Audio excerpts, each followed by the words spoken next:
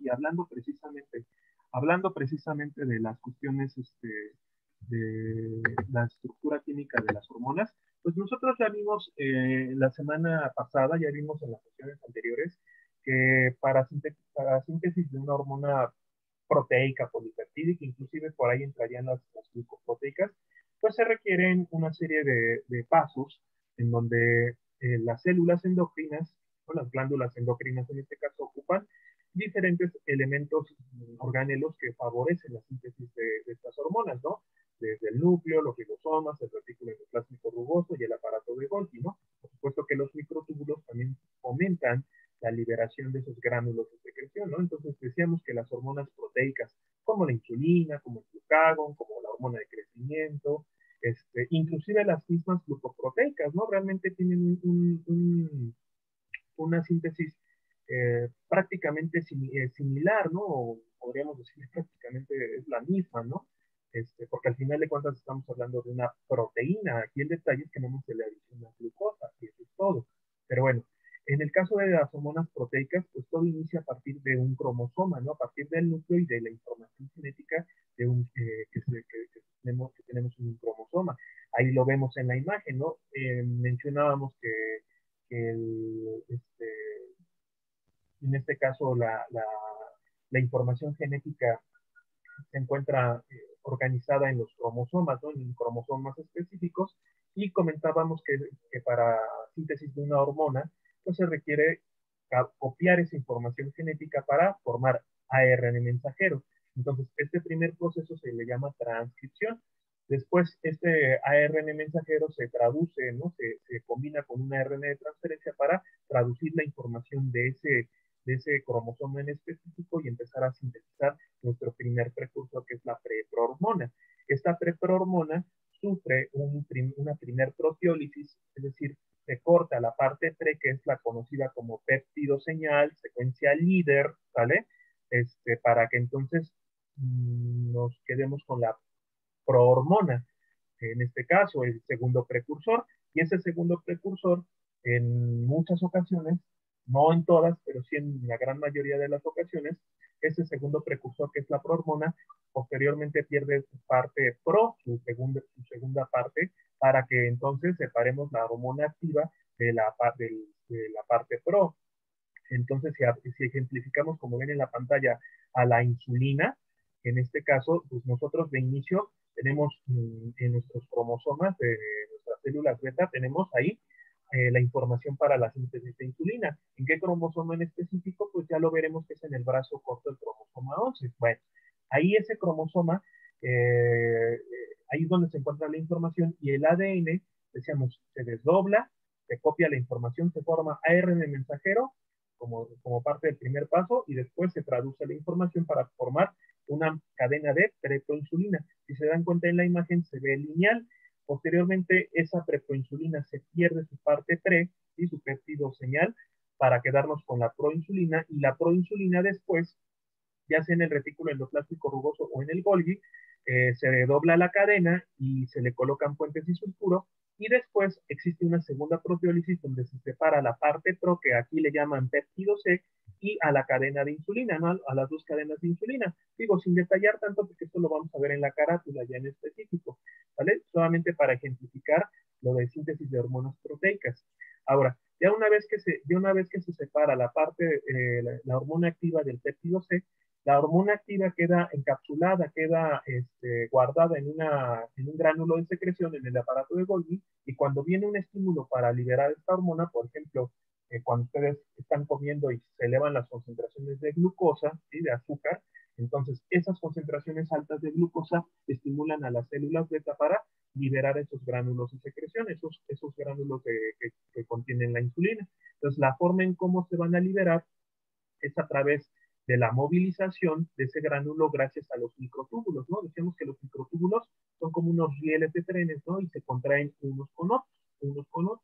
¿Para qué? Para permitir la movilización del gránulo a la membrana, y ya una vez que el gránulo se condensa, ¿no? Se fusiona con la membrana celular, permite la liberación de la hormona polipeptídica, proteica, al torrente sanguíneo por un mecanismo llamado exocitosis o emiocitosis, ¿vale? Esto es en forma como resumida de lo que hablábamos la vez pasada.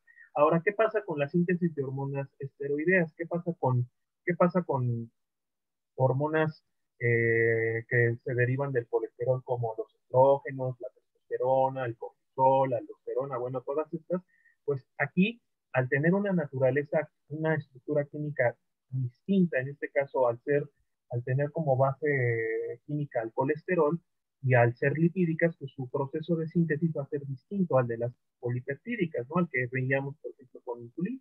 Entonces, primero que nada, las células endocrinas, las células productoras de hormonas esteroideas, requieren al menos tres características, ¿no? La primera de ellas es que se almacenen, contengan en su citoplasma reservas de lípidos, reservas de colesterol, y esto lo vamos a ver en el citoplasma como gotitas de lípidos, eso por una parte.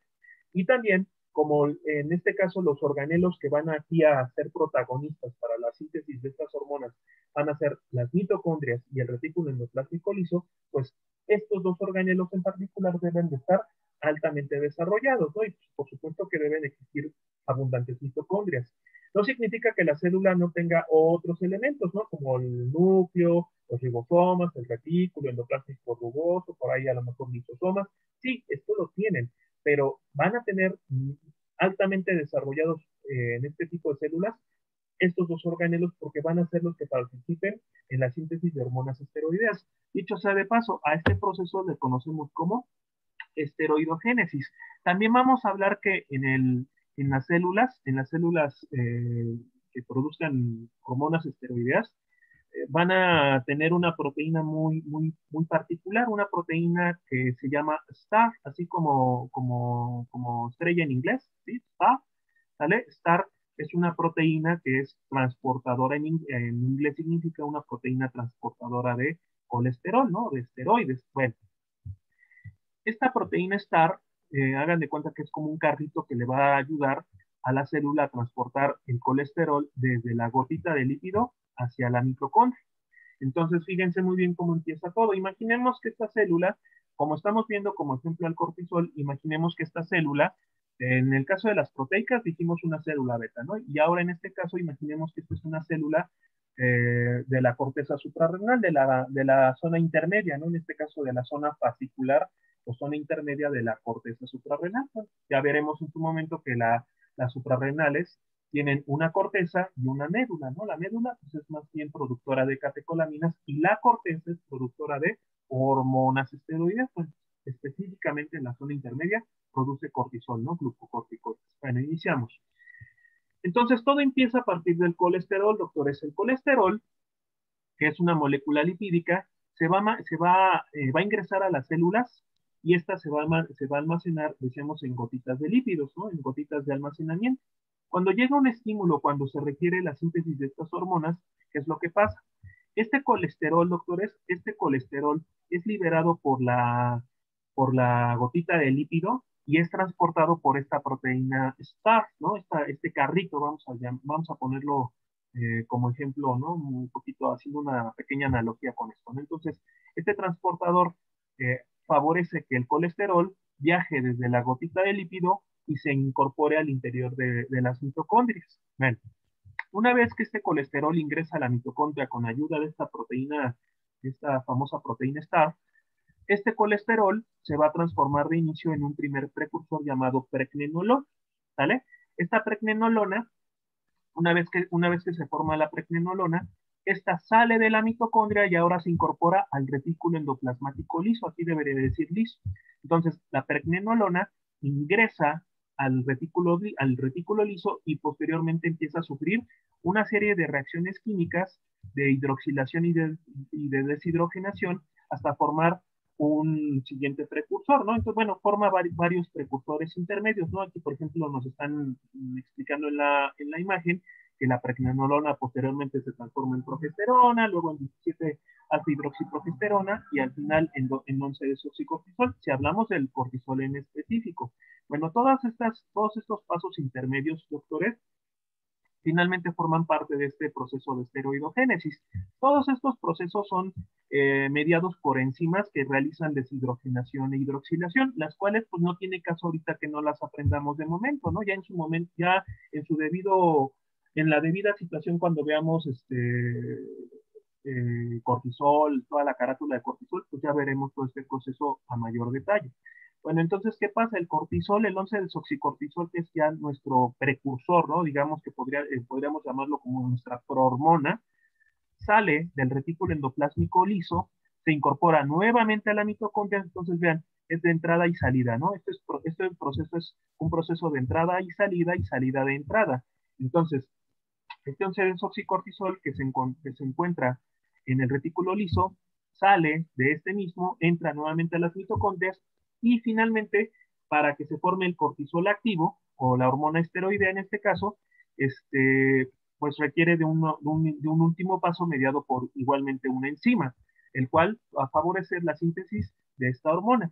Entonces, bueno, estas enzimas que están en número 1, 2, 3, 4 y 5 son enzimas que realizan esta serie de reacciones y son reacciones, insisto, de deshidrogenación, de hidroxilación, algunas de corte también, para finalmente llevar a cabo la síntesis de hormonas esteroideas.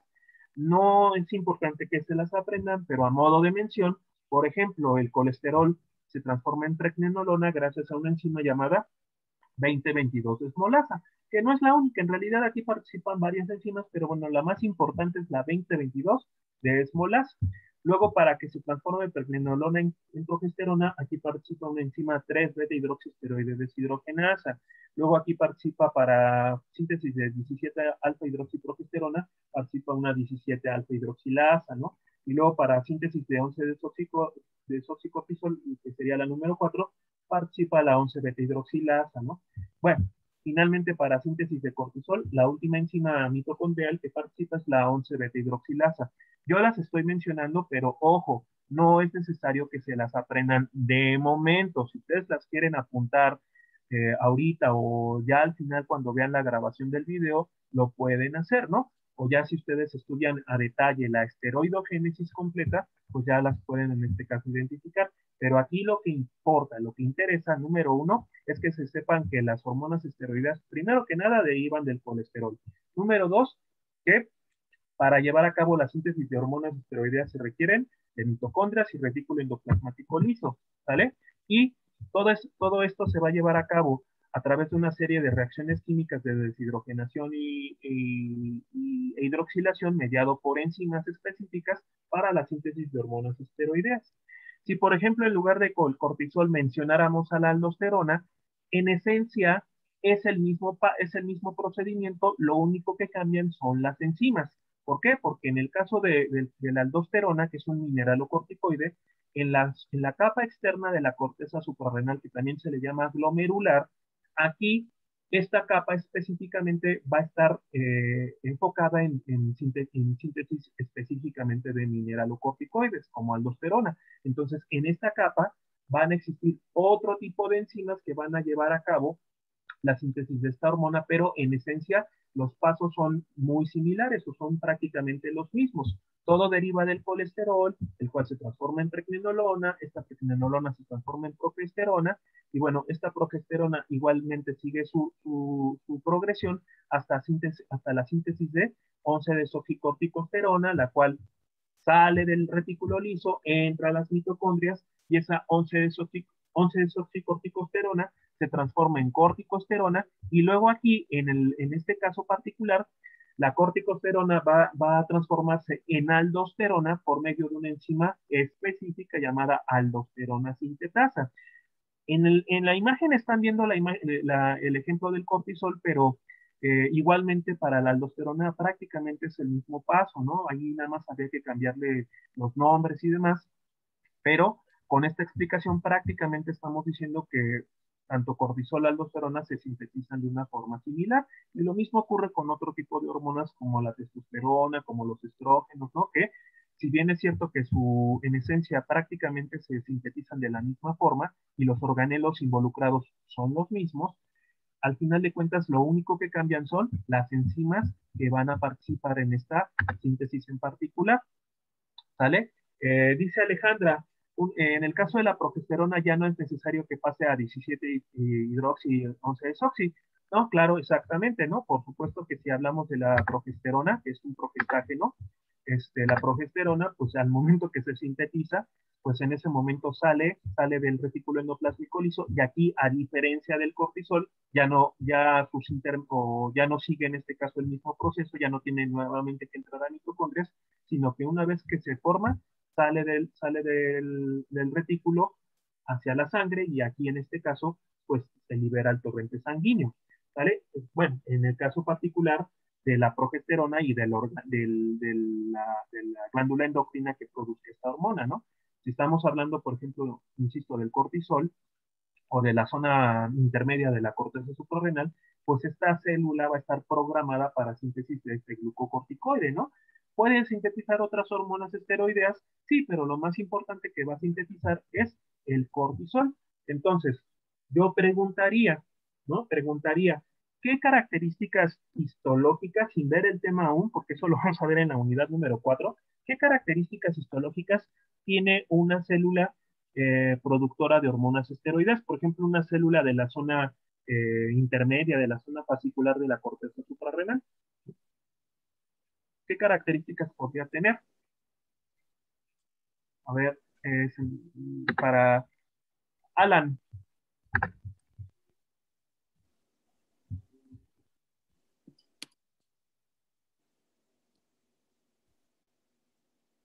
¿qué características histológicas va a tener una célula endocrina productora de cortisol?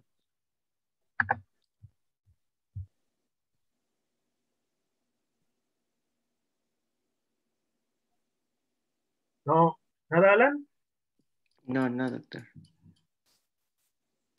Ya van dos, Alan, ¿qué pasó? Nos estás fallando, Alan. Ponte a estudiar, ¿eh? Noemí.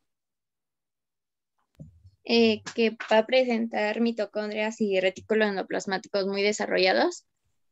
Ok, entonces, las características de las células de las células endócrinas, ¿no? De las glándulas endócrinas productoras de hormonas esteroideas, pues es que van a tener abundantes mitocondrias, van a tener retículo endoplásmico liso bien desarrollado, que además vamos a encontrar que gotitas de lípidos en el citoplasma, porque estos van a ser los sitios de almacenamiento de colesterol.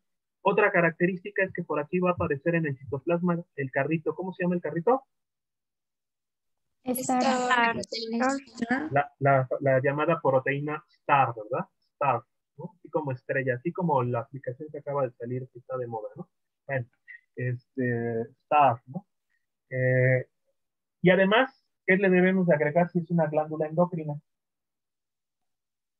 Que no, bueno, que no tiene conductos y que está altamente vascularizada e inervada.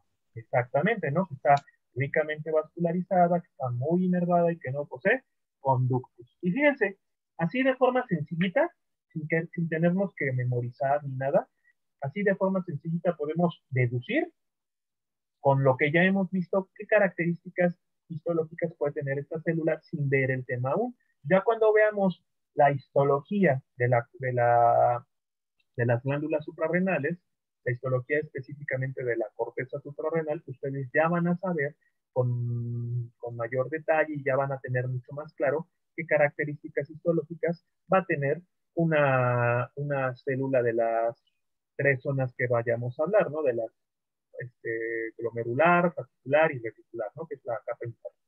Entonces, ya nada más en ese momento lo que vamos a hacer es detallar, ¿no?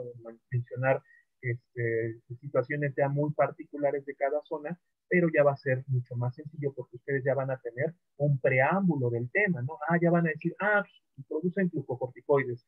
Pues ¿qué debe, para síntesis de glucocorticoides, ¿qué debe de haber en la célula? Abundantes mitocondrias, retículo endoplásmico liso bien desarrollado, gotitas de colesterol, que es donde se va a almacenar el precursor de las hormonas, va a estar la proteína STAR, van a estar tales enzimas, etcétera, ¿no?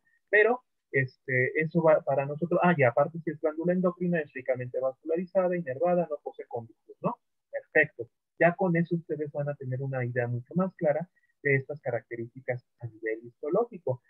que también tiene retículo endoplasmático rugoso, que tiene aparato de Golgi, que tiene núcleo, que tiene lisosomas. Sí, pues finalmente es una célula eucariota, finalmente termina siendo una célula. Pero, ojo, así como el ciclista, sé que el ciclista tiene, o el futbolista tiene cabeza, tiene un cerebro, tiene una boca, tiene una nariz, tiene unas orejas, sí, brazos, ¿no? Un tronco, pues sí, pero ¿cuál es aquí la parte más desarrollada que va a tener por ser su herramienta de trabajo, vamos a llamarlo de esta forma, su herramienta cotidiana de actividad? Pues sus piernas, ¿no? Por lógica, si igual en estas células, ¿no? ¿Qué van a tener más desarrollados? Pues estos órganos, ¿vale? Acuérdense de esto, muy similar a lo que hicimos con hormonas proteicas para que sea mucho más claro y mucho más fácil de aprender, doctores. ¿Vale? ¿Dudas hasta aquí? No, doctor. No, doctor. Doctor Burgoa. No, está muy bien, o sea, esta explicación que nos da el doctor Campos es muy básica. Nada más es cosa de saber qué hormona sintetiza esa glándula. Si sabes que es una glándula que sintetiza hormonas de naturaleza proteica, bueno, pues ya tienes claro parte de todas las características que esa célula va a contener, ¿no? Ah, pues si yo sé que la célula beta del páncreas forma insulina y que la insulina es una proteína, bueno, pues obviamente es una célula, como ya bien dijo el doctor, no es una célula eucariota, pues va a tener todos los organelos, obviamente, pero los que más van a resaltar pues son aquellos que va a estar utilizando o de los que va a echar mano para formar su hormona. Si es una célula que forma, que desde una glándula donde se forman hormonas esteroideas, bueno, pues entonces van a tener los otros organelos muy prominentes, abundantes, desarrollados y con esas características de abundantes gotitas de lípidos y demás. Pero de igual manera, ¿no? Nos comenta, pues igual va a tener retículo rugoso o va a tener Golgi, sí, sí, sí, pero lo que va a estar más prominente va a ser aquello que utiliza más para formar sus hormonas de determinada naturaleza, de determinada estructura química. Entonces, no perder eso de vista porque es parte de lo que vamos nosotros ahora sí que ensamblando o eslabonando. Ya en su momento les dijeron que las glándulas están ricamente vascularizadas, ricamente inervadas, carecen de conductos. Bueno, todo eso se va sumando a lo actual, a lo que ahorita estamos revisando, ¿no? Ah, y además, si esta célula forma esteroides, pues va a tener tal y tal y tal, bien desarrollados, bien prominentes, ¿ok? Muy bien. Vamos a pasar entonces ahora a hablar sobre definición, características y en el caso de receptor, pues vamos a mencionar un poquito sobre clasificación general. Pero bueno, ahora nosotros, ya una vez que vimos la definición de glándula endócrina, de hormona, de los tipos de comunicación, que es la forma en cómo viaja la hormona, ¿no? En este caso, y la forma en cómo se comunican las células entre sí, pues ahora vamos a pasar a la siguiente parte de todos los elementos que integran al sistema endocrino, que es el órgano blanco, ¿no? Pero si bien es cierto que el órgano blanco no forma parte del sistema endocrino en sí, finalmente es la forma en cómo las hormonas, o van a ser los sitios donde las hormonas van a actuar. Entonces, a grosso modo, el órgano blanco es el órgano, ese va a ser el órgano que reciba la hormona y es el órgano que va a emitir la respuesta de esa hormona en particular. Entonces, el órgano blanco, por definición, es cualquier célula, tejido u órgano con capacidad de fijar a una hormona en forma selectiva para llevar a cabo la respuesta, ¿no? Una respuesta a la que le conocemos como efecto hormonal o acción hormonal, ¿vale? Respuesta hormonal, efecto fisiológico, como le quieran llamar, ¿no? Al final de cuentas es una respuesta, el sitio efector, ¿no? Es el sitio donde se lleva a cabo el efecto de la propia hormona. Entonces, cualquier célula, tejido o órgano capaz de fijar una hormona en forma selectiva para llevar a cabo una respuesta, eso es lo que conocemos como un órgano blanco. Ahora, un órgano blanco puede ser desde una célula, puede ser un tejido o puede ser un órgano por completo, ¿no? Puede ser, por ejemplo, podríamos hablar, ¿no? Podríamos decir, bueno, la insulina, dentro de sus muchos órganos blancos, por ejemplo, podríamos decir una célula blanco de la insulina, pues es la célula alfa y las células de los isótopos de Langerhans, ¿no? Entonces, una célula alfa. La célula alfa forma parte de los isótopos pancreáticos y la célula alfa produce glucagón. Entonces, la insulina además de tener sus efectos a nivel endocrino, ¿no? Que van a ser altamente estudiados, pues a nivel paracrino va a tener efectos sobre una célula específica que es la célula alfa. Pero si también decimos que la insulina tiene como sitio blanco, como sitio diana, un tejido en particular, pues podríamos decir que el tejido muscular, ¿no? El músculo. Entonces, pues el tejido muscular, ese es un tejido, y finalmente es un tejido blanco de la propia insulina, ¿no? El tejido adiposo, ¿no? Los adipocitos integran al tejido adiposo.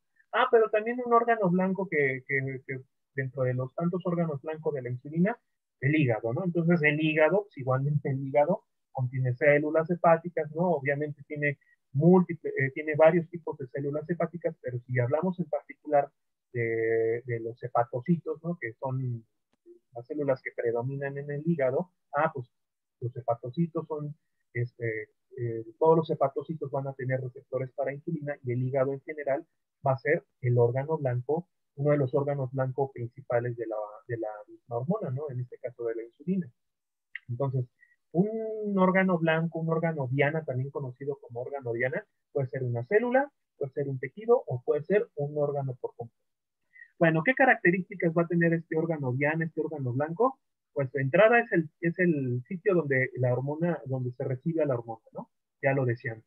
¿Cómo va a recibir la hormona? ¿Cómo es que va a llegar al órgano blanco? No va a llegar a cualquier punto, ¿no? No va a llegar a cualquier punto del órgano, sino tiene que llegar a un sitio específico.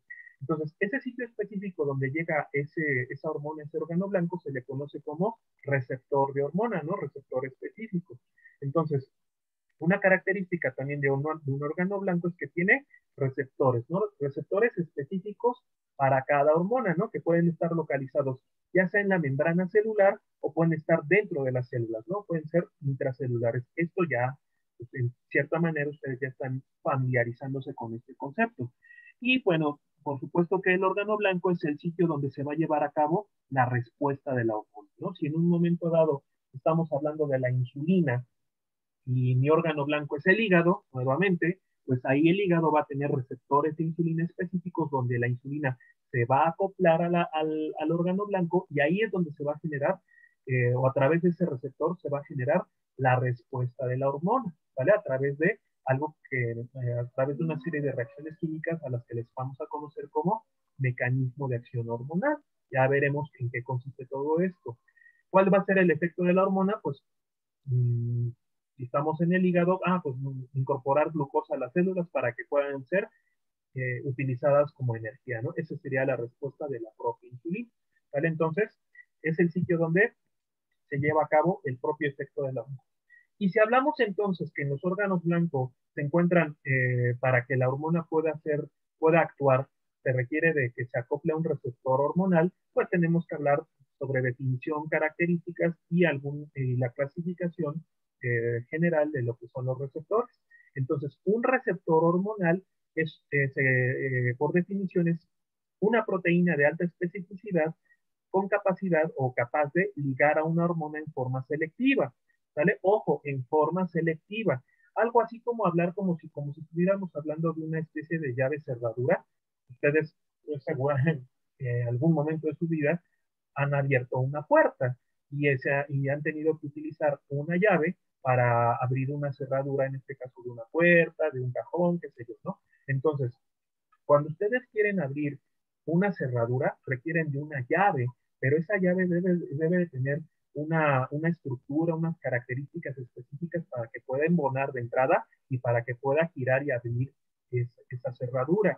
Si ustedes, por ejemplo, quieren meter una llave más larga o que no tenga las dimensiones de la propia cerradura o la forma de la cerradura, de entrada no va a entrar. Bueno, pero si tiene una forma definida y logra embonar a la cerradura, pero no tiene la configuración específica para poder girar, pues por mucho que pueda ingresar la llave, pues no se va a trabar, no va a haber movimiento. ¿Por qué? Porque no tiene esa forma, no embona.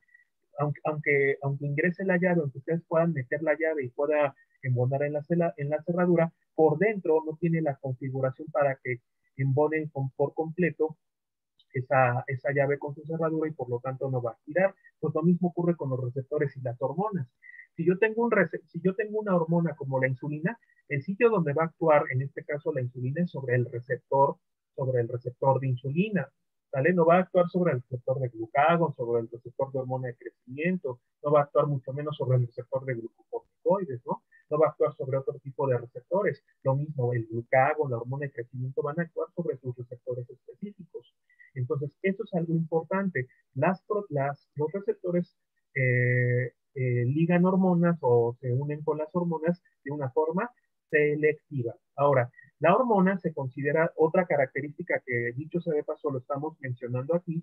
Las hormonas se les consideran como ligandos, ¿vale? Un ligando, doctores, por definición, este, un ligando es cualquier sustancia que se une a un receptor, y un ligando puede ser una hormona, puede ser una interleucina, puede ser una citosina, puede ser un fármaco, puede ser una sustancia tóxica, un veneno. Entonces, cualquier sustancia con actividad biológica y que tenga la capacidad de unirse a un receptor se le conoce como ligando. Entonces, las hormonas, una característica adicional a todo lo que ya hemos mencionado es que las hormonas actúan como ligandos. Entonces, las hormonas, al ser ligandos, se fijan a un receptor específico, y una vez que se unen y hacen este complejo hormona-receptor, las hormonas van a poder actuar en los órganos blancos. Entonces, ¿qué características van a tener los receptores, doctores? Los receptores, entonces, en este caso, el primero de ellos es que van a recibir al primer mensajero, en este caso a la hormona, ¿vale? Van a recibir al primer mensajero químico, ¿no? Acuérdense que la hormona ya decíamos que se le conoce como el primer mensajero, y al poderse ligar con el receptor, entonces esta hormona también se le conoce como el ligando, ¿no? Bueno, ¿qué más? Los receptores poseen, ya decíamos, alta especificidad para cada hormona, ¿no? Van a haber algunas excepciones, doctores, en las cuales, por ejemplo, por su similitud química, algunas hormonas puedan fijarse a otro tipo de receptores.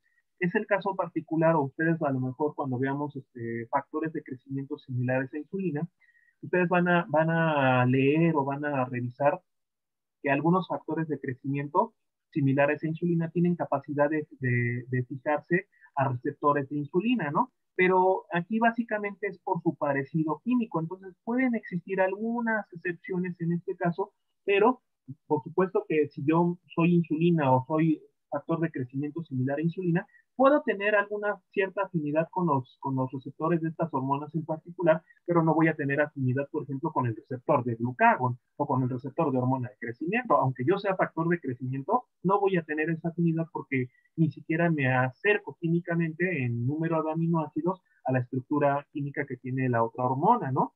Entonces, estamos hablando de que la insulina tiene 51 aminoácidos y la hormona de crecimiento tiene simplemente 191, entonces ni siquiera se acerca al número de aminoácidos que quiero yo llegar, ¿no? Por supuesto no voy a tener forma de acoplarme a ese receptor específico. Entonces, algo importante es que existe alta especificidad. Acuérdense, esta característica de alta especificidad, acuérdense de la llave y la cerradura, ¿no? Esto es importantísimo, ¿no? Acuérdense que llave, cerradura, ¿no? Que si no tienen la llave específica, pues no les va a abrir, aunque tenga el tamaño suficiente y pueda embonar, si no tiene la estructura necesaria, no va a poder abrir la cerradura, ¿no? Precisamente también, ahorita lo vamos a mencionar, una característica es que este complejo hormona-receptor, esa unión hormona-receptor que se va a generar con las hormonas, es algo muy similar a lo de una unión llave-cerradura, en la cual ustedes meten la llave, abren y sacan. ¿Qué quiere decir esto? Que la unión va a ser reversible. No van a meter la llave y ahí se va a quedar para toda la vida, sino que ustedes meten la llave, abren, ¿no? Accionan la cerradura para que pueda abrir la puerta, y en el momento que abre la cerradura, sacan la llave. Entonces, la unión que se genere entre la hormona y el receptor, este complejo hormona-receptor, va a ser reversible, ¿vale? Se van a formar ahí enlaces covalentes, bueno, van a formarse uniones que le den la propiedad a que esa unión sea de forma reversible. No llega la hormona al receptor y se perpetúa, sino va a ser reversible en este caso.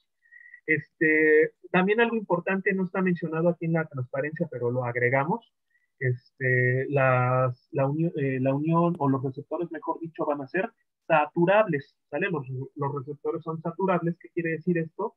Que una vez que llega la hormona al receptor, este receptor está ocupado y ya no puede ser la hormona desplazada por otro mensajero químico, ¿no? Por otro mensajero químico similar. Aquí yo pongo como ejemplo a la analogía del estacionamiento. Si ustedes ven un cajón de estacionamiento vacío, pues ustedes tranquilamente pueden acoplarse a ese cajón, pueden llegar ahí a estacionarse y nadie los va a movilizar, ¿no? No hay forma de que ustedes, que algún otro vehículo los pueda desplazar. Si ustedes encuentran el cajón lleno, pues tienen que buscar otro cajón de estacionamiento que esté vacío para que se puedan, en este caso, estacionar. ¿Sale? Entonces, la unión que se da, o los receptores en este caso, cuando reciben a las hormonas, estos son saturables. Una vez que llega la hormona al receptor, se realiza el complejo hormona-receptor, pero no puede llegar otra molécula, aunque sea la misma hormona, ¿no? Otra hormona igual, no puede llegar esa hormona a desplazar a la hormona ya previamente acoplada, mucho menos si es una hormona que no tiene afinidad al receptor, ¿no? Entonces debe de haber esa afinidad y ya una vez que se dé la unión hormona-receptor, esos receptores se saturan, ¿no? Son saturados. Por supuesto que una vez que se une la hormona con el receptor, este receptor tiene la finalidad de traducir y amplificar la señal de este primer mensajero químico, ¿no? De la señal hormonal, sobre todo si hablamos de receptores de membrana, en los cuales para que amplifiquen el mensaje, pues el propio receptor tiene que estimular una serie de reacciones químicas dentro de la célula, dentro de la propia membrana y la célula para llevar a cabo el mensaje final. Y al ser proteínas, al ser moléculas, al ser proteínas de alta especificidad, pues estas, como las hormonas, van a tener una vida media. Entonces, dentro de las 4 características que hemos mencionado, dentro de los 4 elementos que hemos mencionado en el sistema endocrino, glándula endocrina, hormona, órgano blanco, receptor, hay 2 que tienen vida media. Uno es la hormona y uno es el receptor, porque ambos son moléculas. Si yo le preguntara, por ejemplo, a Alan, dime la vida media de la glándula tiroides, ¿cuál sería la vida media de la glándula tiroides? No era, creo que eran un día. ¿A poco la glándula tiroides tiene como vida media un día? Ah, O sea, no, tienes un día de tiroides y ya el resto de tu vida ya no tienes tiroides. no. Entonces, ¿cuál es la vida media de la glándula tiroides?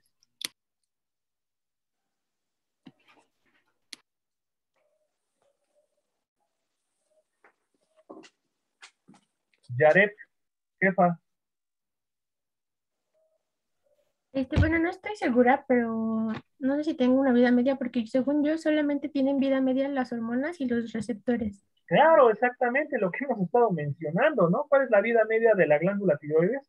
Pues hasta que pasas a mejor vida, ¿no? O sea, a menos de que antes que eso, te quiten la tiroides o que tengas algún ataque autoinmunitario. Y aunque, bueno, si bien es cierto, los folículos tiroideos pues van a sufrir daño, finalmente tu tiroides va a estar ahí, ¿no? Ya con algunas cicatrices, con algunos rasgos inflamatorios, ¿no? A lo mejor va a haber apoptosis de algunas células, pero tu tiroides va a estar ahí.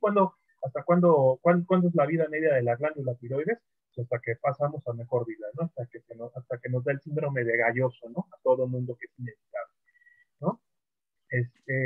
Si te quitan la tiroides, me queda claro que hasta ahí terminó la vida media de la tiroides, ¿no? Si realizan una extirpación quirúrgica, pero la vida media de una glándula, pues hasta que uno termina la vida, ¿no? Hasta que uno muere. Lo mismo, ¿cuál es la vida media del órgano blanco? Pues hasta que uno fallece, ¿no? Entonces, ojo, ni las glándulas endocrinas ni los órganos blancos poseen vida media. Lo que sí tienen vida media son las hormonas y los receptores, porque son moléculas, ¿sale? Al ser moléculas sí poseen una vida media. Por ejemplo, la vida media de la insulina, yo sigo insistiendo con la insulina porque es la hormona que más le vamos a dar foco de estudio, ¿no? Es una hormona muy importante. Entonces, la vida media de la insulina es de 3, 4, 5 minutos. Y la vida media del receptor de insulina oscila entre unas 7, 8 horas hasta 12 horas, ¿no? Se llega a describir. ¿Sale? Entonces, otra característica de los receptores es que van a tener vida media. Entonces, como ocurre con glándula, hormona, órgano blanco, aquí lo importante, doctores, es que se aprendan por lo menos 5 o 6 características muy importantes de lo que tiene cada elemento. Entonces, ¿qué características tienen esos receptores? Ahí están en la lista. ¿Podríamos agregar más?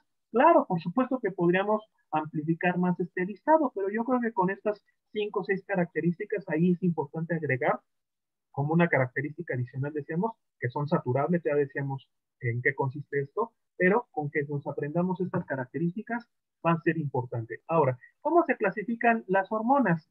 Ahorita te doy la palabra, Carla. ¿Cómo se clasifican las hormonas? Las hormonas, perdón, los receptores de hormonas se clasifican, ya decíamos, con base en si están localizados dentro de la membrana o si están localizados a nivel intracelular. Y bueno, de aquí podemos subclasificarlos en intracitoplasmáticos o intranucleares. Lo que es importante recordar, y esto para fines de mecanismos de acción, es que recuerden, los receptores de membrana, para traducir, amplificar la señal hormonal, requieren de segundos mensajeros, ¿no? Segundos mensajeros. Ahora bien, los receptores en particular de membrana, es decir, todos los que están aquí, todos los receptores localizados en esta parte, los podemos a su vez subclasificar de dos tipos generales. Los que son de 7 dominios, que están aquí viendo en la pantalla, en la parte de arriba, y los que son de dominio único, que ven en la parte de abajo, ¿sale? Se les llaman de 7 dominios o de dominio único de acuerdo al número de veces que atraviesan la membrana. Vean aquí en la imagen, se atraviesan 1, 2, 3, 4, 5, 6, 7 veces la membrana. Y de este lado solamente se atraviesa en una sola ocasión. Entonces, en eso consiste la clasificación de receptores de membrana de 7 dominios o de dominio único. Ojo, estos son los dos receptores de membrana más importantes para fines del módulo. No son los únicos. A lo mejor ustedes cuando lean receptores van a leer que existen receptores asociados a canales iónicos, receptores de citosina, bueno, independientemente de otros tipos de receptores que encontremos, en este caso en la literatura, aquí acuérdense que mínimo debemos de aprendernos los receptores de 7 dominios y los receptores de dominio único, que son los que más vamos a estar ocupando en el módulo. Ahora bien, más allá de que sean de 7 dominios o de dominio único por el número de veces que atraviesa la membrana, funcionalmente hablando, y ojo, pongan atención en esto, funcionalmente hablando, doctores, los receptores van a tener dos dominios desde el punto de vista funcional. El dominio que va a estar localizado a nivel extracelular, ¿vale? A nivel extracelular, y un dominio que va a estar localizado a nivel intracelular o extramembrana, intramembrana, es lo mismo. Entonces, el receptor, al ser una proteína integral, es decir, una proteína que mira tanto hacia afuera de la célula como hacia adentro, pues vamos a estudiarle una parte extramembrana, una parte intramembrana y una parte transmembranal. Pero aquí lo importante es que entendamos que la parte extramembranal, aquí es a lo que nosotros le vamos a conocer como dominio de reconocimiento hormonal. ¿Qué significa esto? Pues es el sitio donde se acopla la hormona. Entonces, aquí, en este punto, es en donde va a llegar la hormona a acoplarse al receptor de membrana. Si habláramos del de dominio único, pues aquí nosotros encontraríamos a nivel extramembrana el dominio de reconocimiento hormonal. Entonces, a nivel extramembrana tenemos un dominio de reconocimiento. Y a nivel intramembranal, nosotros también le vamos a conocer como dominio de amplificación de señal. Es aquí en el sitio de este receptor donde se traduce, amplifica la señal hormonal.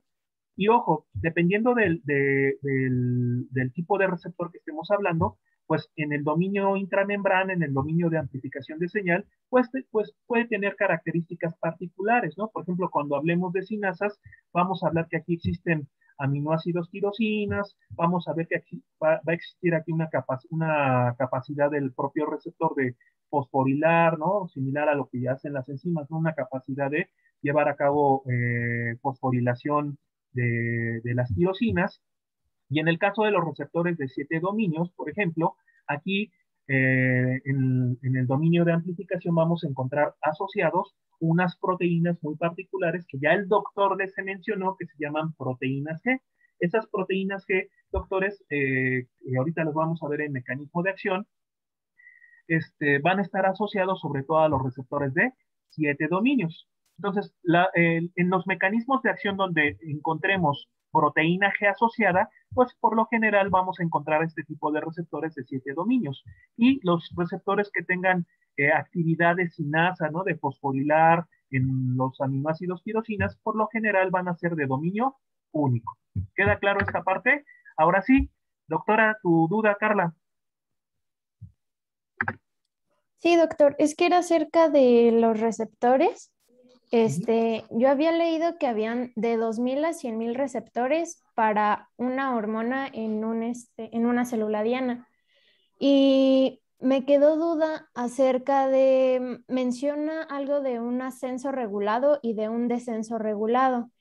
Y lo que yo entendí es que no sé si sea como en cuestión a la hormona, porque, por ejemplo, en el ascenso regulado decía que si había menor, menos cantidad de hormonas, no sé si así se diga, iba a haber más receptores, pero no sé si sea como a que se activen más o a que cambie la cantidad, y en el descenso pues es lo contrario.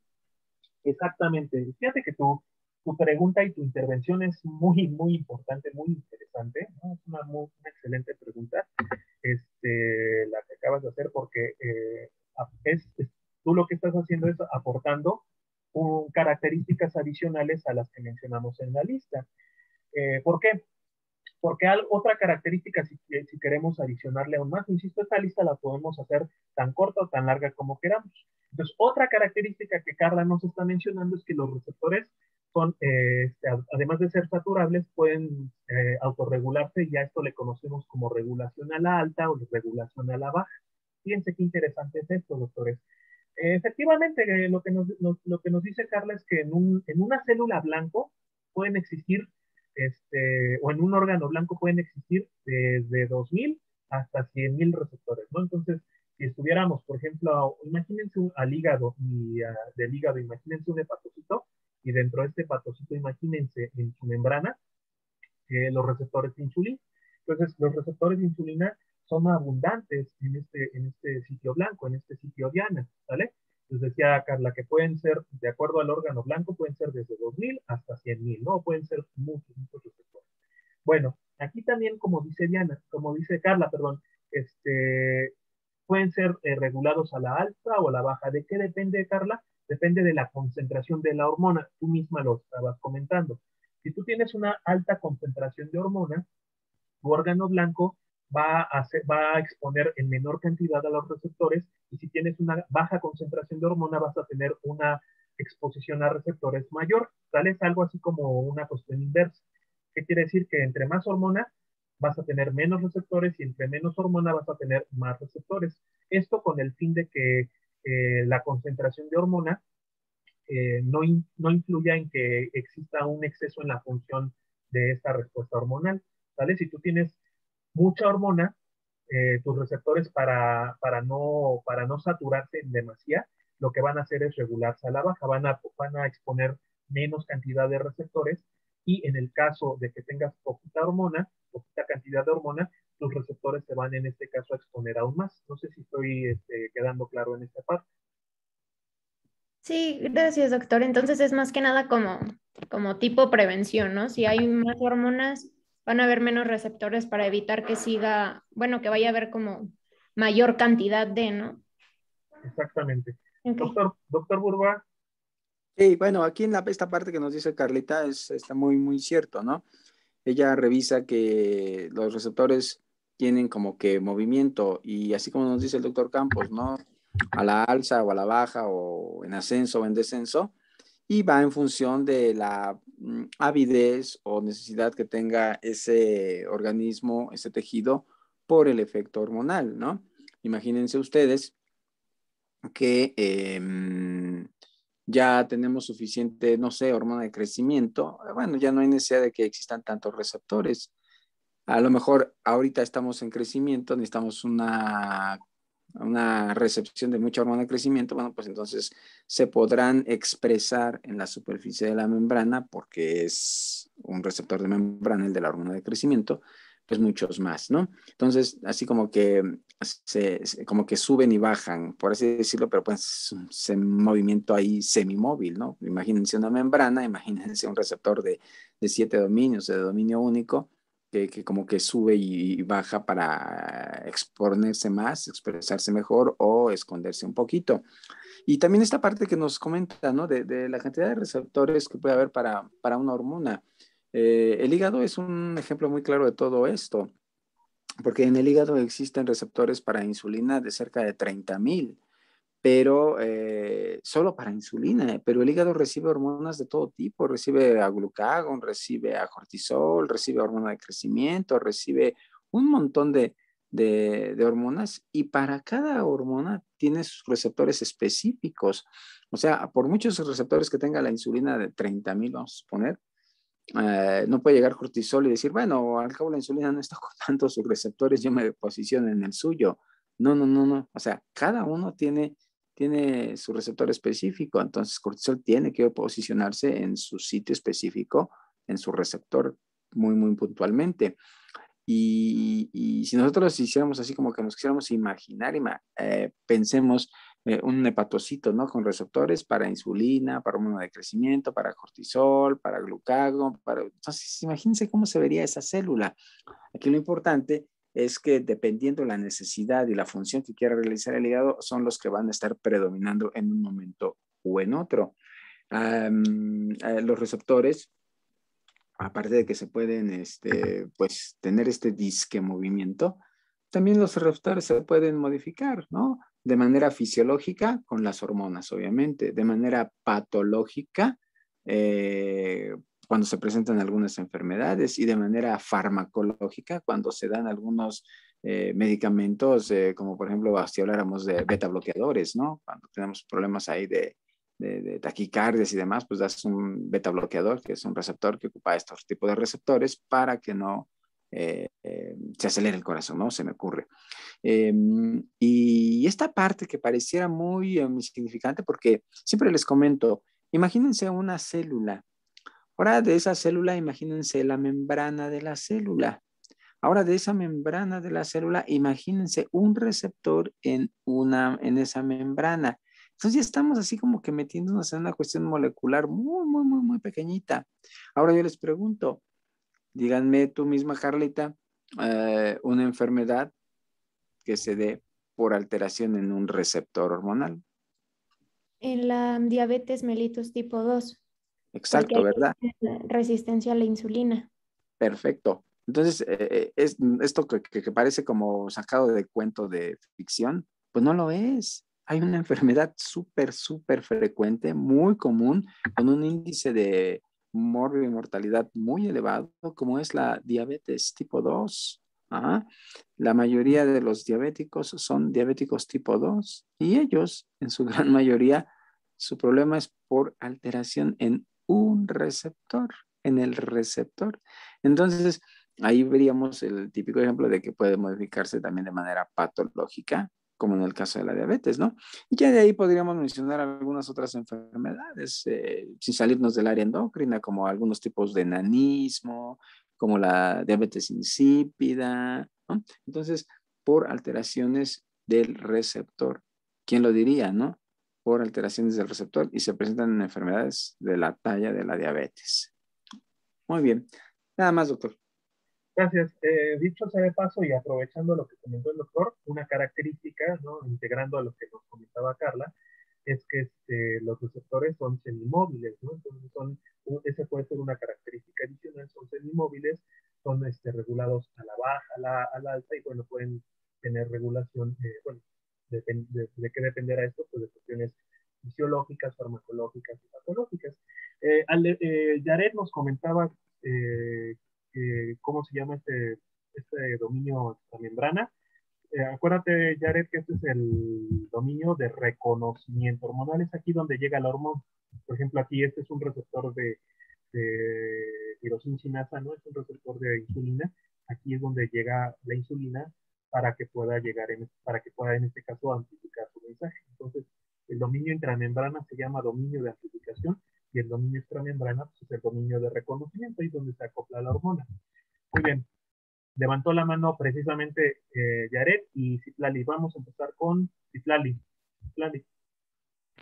Bueno, doctores, lo que pasa es que algo, bueno, me acuerdo que cuando empezó todo esto de la pandemia, hubo ahí como conflicto porque pues ya ven que cuando el COVID pues entra, se une, su receptor al que se une es el de la angiotensina 2.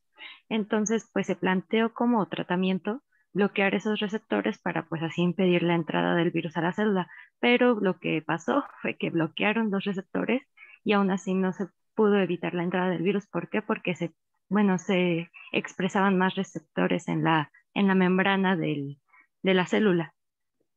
Uh-huh. Sí, y tiene mucho que ver con lo que comentaba Carlita, ¿no? Entonces, bueno, también aquí sobre todo la proteína S, que es la que estamos mencionando específicamente en este virus, y efectivamente el ensamble del receptor EK2. Aquí el detalle es que, bueno, también la razón por la que le esté pegando más a los hombres que a las mujeres es porque los hombres expresamos más receptor EK2 que las mujeres. Es interesante esto, ¿no? Porque aunque no es una enfermedad exclusiva de los hombres, sí están infectándose y muriendo más gente del sexo masculino que del femenino. Y también una persona que padece hipertensión arterial tiene mayor cantidad de receptores y eso lo hace más frágil, lo hace un blanco fácil para la infección por este virus, ¿no?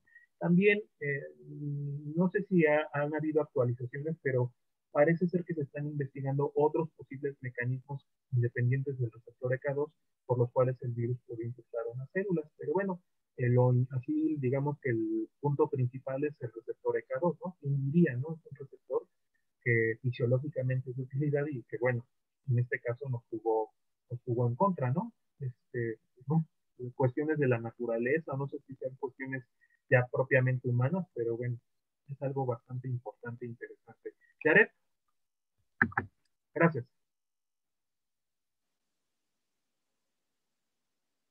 Yaret, jefa. Es que se le trabó el internet, pero creo que iba a comentar algo.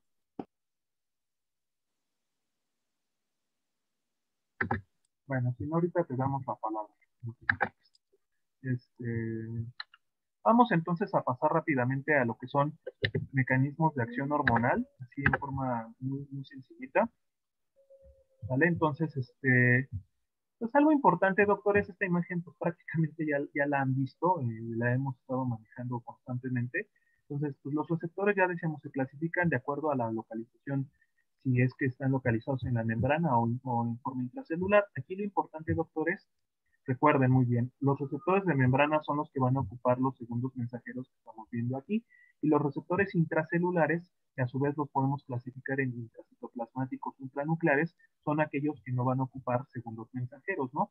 ¿Qué hormonas van a ocupar principalmente los receptores de membrana? Pues son todas aquellas que por su naturaleza química tengan la propiedad de ser hidrosolubles y no puedan atravesar la membrana, como es el caso de las proteicas, las glucoproteicas o las catecolaminas. Y en el caso de las hormonas que tengan de naturaleza química una base lipídica, ¿no? Y que tengan la propiedad de ser liposolubles, pues sí van a poder atravesar la membrana, ¿no? Es el caso de las hormonas esteroideas. Y en el caso de las aminas iodadas T3 y T4, además de que pueden atravesar la membrana por esa liposolubilidad, pues también el tamaño aquí les va a brindar también esa propiedad. Entonces, fíjense muy bien, antes de pasar por los mecanismos de acción, vamos a hablar un poquito sobre, en forma muy general, en qué consiste todo esto, ¿no? Entonces, pues ustedes, nosotros ahí representamos en este caso la membrana, por debajo de la membrana está el citoplasma y ahí la imagen que ven se muestra el núcleo, ¿no? Con su cromatina. Entonces, nosotros decimos que vamos a encontrar receptores de membrana, obviamente si no son, lo esquematizamos así de una forma didáctica. Entonces, el receptor va a ser el sitio donde se acople ese ligando, en este caso la hormona, pero al ser un receptor, al ser un receptor de membrana, por la razón que ya hemos hablado de que la hormona no puede atravesar, para que ese primer mensajero pueda amplificar la señal hormonal dentro de las células, pues requiere de segundos mensajeros, en este caso el AMP cíclico, el GMP cíclico, el calcio inositol y la cascada de tirosina sinasa.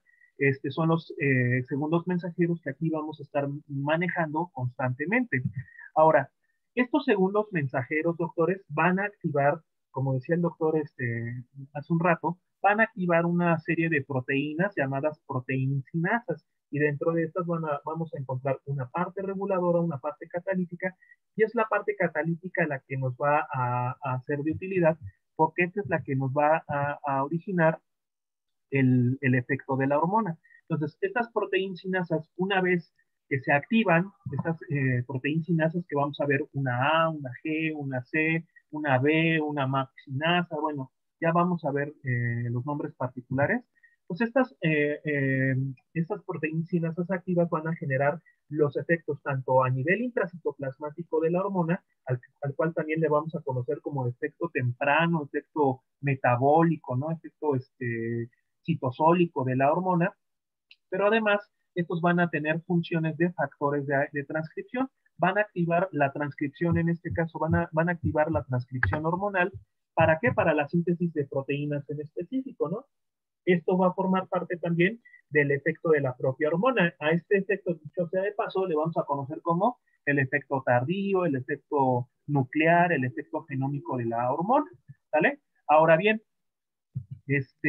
vamos a tener, así como tenemos receptores de membrana, tenemos también receptores intracitoplasmáticos. Entonces, estos receptores intracitoplasmáticos que van a ser utilizados por hormonas esteroideas como el cortisol, la aldosterona, ¿no? La testosterona inclusive, pues van a tener la peculiaridad de encontrarse en el citoplasma. Aquí no se ocupa segundo mensajero. Vamos a ver en su momento que por ahí realiza una participación importante lo que es la proteína de shock térmico, pero bueno, una vez que se acopla la hormona al receptor, viaja al núcleo, la hormona junto con el receptor, a un sitio específico que le conocemos como elemento de respuesta a hormona. En este caso, una vez que se acopla esta hormona con el receptor en ese sitio específico de la cromatina, pues aquí es donde se logra llevar a cabo el efecto de la misma hormona, ¿no? De la hormona esteroidea.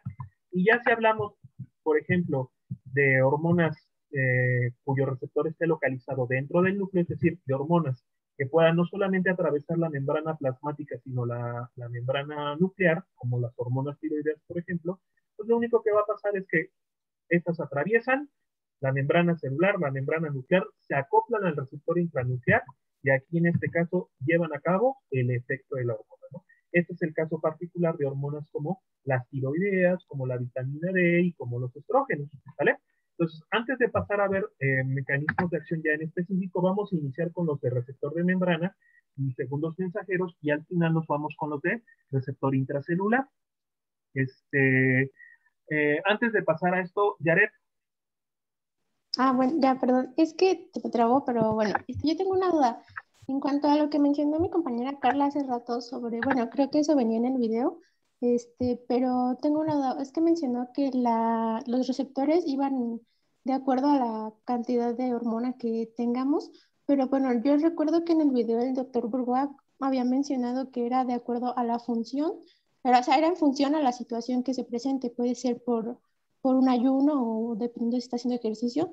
Entonces, eso fue mi duda, o sea, ¿es de acuerdo a la hormona o de acuerdo a la situación que se presente? A las dos. La cantidad de receptores. Bueno, de hecho es a las dos, a la cantidad, porque dependiendo de la situación va a ser la cantidad de hormonas que tú presentes. Por eso decía el doctor Bourgois de forma muy puntual, pueden existir situaciones fisiológicas, farmacológicas o patológicas que estén regulando a estos receptores. Doctor, no sé si guste ampliar un poco esta respuesta. Sí, claro, o sea, la situación aquí es de que si nosotros estamos, vamos a suponer, haciendo un ayuno prolongado, pues obviamente estamos requiriendo que el energético, la glucosa, pueda ingresar a la célula en cuanto comamos. Y eso, pues hace que cuando ingresemos un poco de alimento, pues los receptores de insulina, para empezar a captar la glucosa, pues se van a ver muy ávidos, van a estar muy expuestos porque necesitan ese alimento. No así cuando fuera al contrario, que ya comiste muchísimo y todavía te comes un postre extra, pues a lo mejor ya el receptor ya no está tan interesado en captar más glucosa porque ya ha captado suficiente.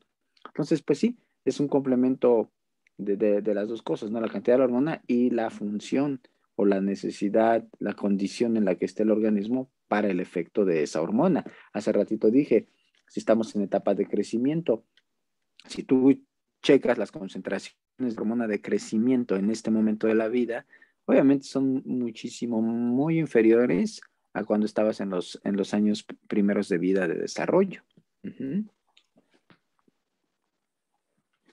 ¿Y Yaret? ¿Jefa? Sí, gracias, ya. Ok. Muy bien.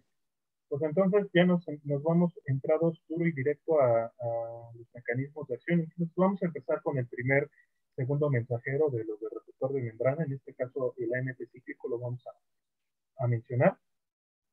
Entonces vamos a empezar vamos en este caso a esquematizar una membrana celular. Vamos a esquematizar un receptor, obviamente no es así, ¿vale? Sino es un receptor diferente, ¿no? En este caso es un receptor de 7 dominios.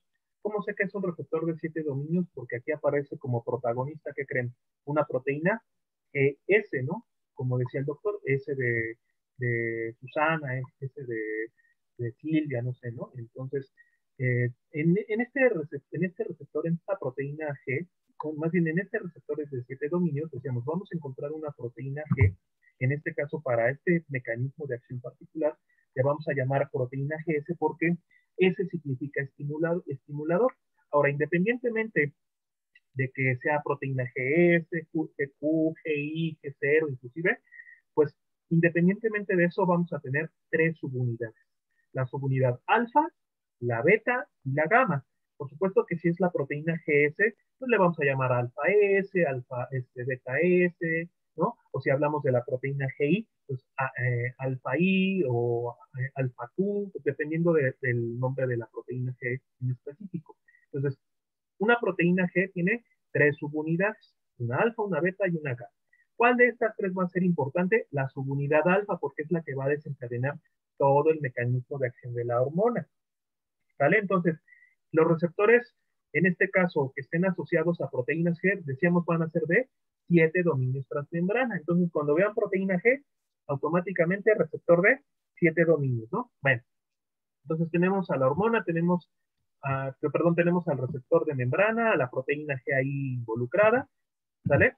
Y bueno, vamos en este caso a poner a la hormona que se va a ensamblar al receptor. Imagínense que que vamos a poner el ejemplo del glucagón, ¿no? Entonces, el glucagón, como hormona, se acopla al receptor de membrana y este receptor, una vez que se acopla al receptor, ¿no? Y forma este complejo hormona-receptor, ocurre un cambio conformacional en el receptor que hace que la subunidad alfa de la proteína G se movilice.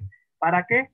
Para que dentro de la célula se active una enzima. Todo esto está realmente ocurriendo en la membrana, pero bueno, lo vamos a poner como si ocurriera en el citoplasma para fines didácticos, ¿no? Para fines de explicarlo mejor. Entonces, en el momento que la hormona se acopla al receptor, se va a desprender la subunidad alfa de la proteína G para activar una enzima llamada adenilciclasa o adenilatociclasa. Entonces, vean, una vez que la hormona se une al receptor de membrana, se, se disocia, ¿no? Se separa la subunidad alfa de la proteína G para que entonces tenga actividad sobre la enzima adenilciclasa, adenilatociclasa, y entonces esto va a provocar que esta enzima se active. ¿Para qué se va a activar la adenilciclasa, doctores? Pues se va a activar para que favorezca la síntesis de ATP, de AMP cíclico a partir de ATP. Entonces, la adenilciclasa actúa sobre un ATP para transformarlo en AMP cíclico. Bueno, se forma AMP cíclico y bueno, se separan dos grupos fosfato, ¿no? Dos fosfatos inorgánicos. Entonces, ese ATP, ese adenosin trifosfato, se transforma en adenosin monofosfato cíclico. Y realmente el nombre molecular se le llama 3,5 adenosin monofosfato cíclico porque entre el carbono 3 y 5 se forma un anillo de unión y se pierden dos fosfatos inorgánicos. Bueno, nosotros le vamos a llamar ATP y AMP cíclico así en forma muy sencillita, ¿no? Entonces, aquí está nuestro segundo mensajero, ¿no? El que estamos viendo en este momento.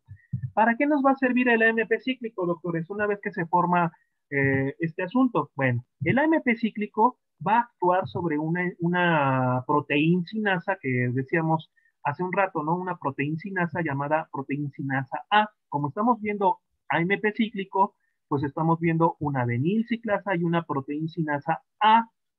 Entonces, estas proteíncinasas, decíamos, tienen dos porciones, dos partes, una reguladora, una catalítica. La que me va a interesar aquí en este caso es la parte catalítica, y yo lo que quiero para activar esta proteíncinasa es separar ambas partes. Entonces, vean lo que va a hacer el AMP cíclico. El AMP cíclico, que ahora lo representamos con estas dos figuras con la letra A, esos dos son el AMP cíclico. Entonces, el AMP cíclico, vean, se pega a la parte reguladora de la proteíncinasa A y esto provoca la separación de la parte catalítica de la proteíncinasa A. Y entonces, ya una vez que se separa la parte catalítica de la reguladora, esta va a ser la parte activa de esta proteíncinasa. Esta es la que va a actuar como factor de transcripción, pero antes de que se meta al núcleo o una parte de esa parte catalítica, a nivel intracitoplasmático va a tener efectos dentro del propio citoplasma. ¿Qué va a originar? Pues va a originar activación de moléculas, activación de enzimas, entre otras cosas, ¿no? Entonces, generalmente, dentro de los efectos intracitoplasmáticos o efectos tempranos de la hormona, pues va a ser la activación de moléculas, sobre todo de características enzimáticas, como las del metabolismo intermedio, para llevar a cabo el primer efecto de la hormona, el que le llamamos efecto citosólico temprano o metabólico de la hormona, ¿no?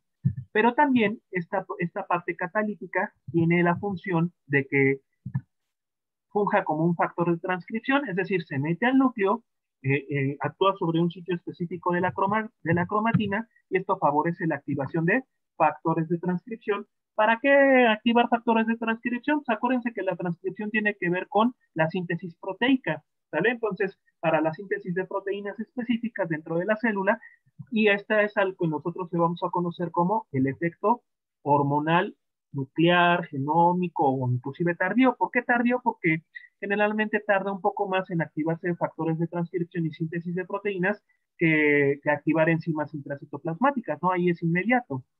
Entonces, poniendo el ejemplo del glucagón, imagínense que esta es una célula hepática y tenemos aquí receptor de glucagón. Imagínense que este glucagón llegó al receptor, activó todo este asunto, el AMP cíclico, y dentro de los efectos del propio glucagón, por ejemplo, un efecto intracitoplasmático, en este caso que sería activación de enzimas, pues yo les podría decir que un efecto sería, por ejemplo, la activación de enzimas del metabolismo como enzimas de la glucogenólisis, como la fosforilasa hepática, o enzimas de la gluconeogénesis, como la fosfonilpiruvato carboxilasa, como la piruvato carboxilasa, como la fructoso no 6-bisfosfatasa, entre otras. Y un efecto nuclear, por ejemplo, que puede llevar a cabo el glucagón como factor de transcripción es la activación de síntesis de proteínas, en este caso de más enzimas del propio metabolismo. ¿Para qué? Para que se favorezcan estas vías metabólicas. Entonces, ¿cuál va a ser la finalidad del glucagón, por ejemplo, a nivel hepático y desde el punto de vista metabólico? Pues va a favorecer vías metabólicas como la glucogenólisis y como la gluconeogénesis, ¿no? Entonces, cuando llegue el glucagón, se favorece esto, ¿no? Gluconeogénesis, glucogenólisis, ¿vale? Pero ojo, no podemos toda la vida estar llevando a cabo gluconeogénesis todo el tiempo ni glucogenólisis, porque no nos conviene. El llevar a cabo glucogenólisis y gluconeogénesis lo que va a ocasionar es que se te incrementen los niveles de azúcar en el plasma, ¿no? Entonces, eso no queremos. Lo que queremos es lograr un efecto hormonal y una vez que se lleva a cabo este efecto, regular las concentraciones de glucosa o llevar a cabo una finalidad. Para esto, entonces, necesitamos ver que existen mecanismos de frenado, ¿no? Así como imagínense esto como si fuera un encendido y un apagado de un interruptor. Entonces, aquí lo que estamos viendo es el encendido y ahora tenemos que ver de qué maneras podemos apagar este interruptor, ¿vale? Entonces, si se dan cuenta, bueno, esta unión es reversible, ya lo decíamos, ¿no? La unión entre hormona receptor es reversible. Y bueno, ya una vez que se logra el efecto de la hormona, para que no estemos haciendo todo el tiempo glucogenogénesis, gluconeogénesis, o glucogenólisis, pues tenemos que frenar este asunto. Entonces, ¿qué es lo que pasa, doctores? La subunidad alfa de la proteína G regresa a su posición original y esto automáticamente de la proteína GS, claro, estamos hablando de esta, y esto va a provocar automáticamente, número uno, que se inactive la adenilciclasa, pero además, ¿qué va a provocar? Va a provocar que otra proteína similar a esta, nada más que aquí le vamos a llamar proteína GI y de inhibitoria, se desprenda su subunidad alfa, ¿sale? Entonces, regresa a la subunidad alfa de la proteína GS y esto en automático inactiva esta enzima, pero además provoca que esta subunidad alfa de ahora, esta proteína GI, se movilice. ¿Para qué se va a movilizar? Pues para activar otra enzima llamada fosfodiesterasa. Entonces, vean, automáticamente que una vez que regresa la subunidad alfa de la proteína GS, se moviliza la subunidad alfa de la proteína GI para que actúe sobre una enzima fosfodiesterasa que en este momento está inactiva y cuando llega la subunidad alfa, esta se va a activar. Entonces, esta enzima fosfodiesterasa que va a provocar, pues lo que va a provocar es la reversión del AMP cíclico en ATP.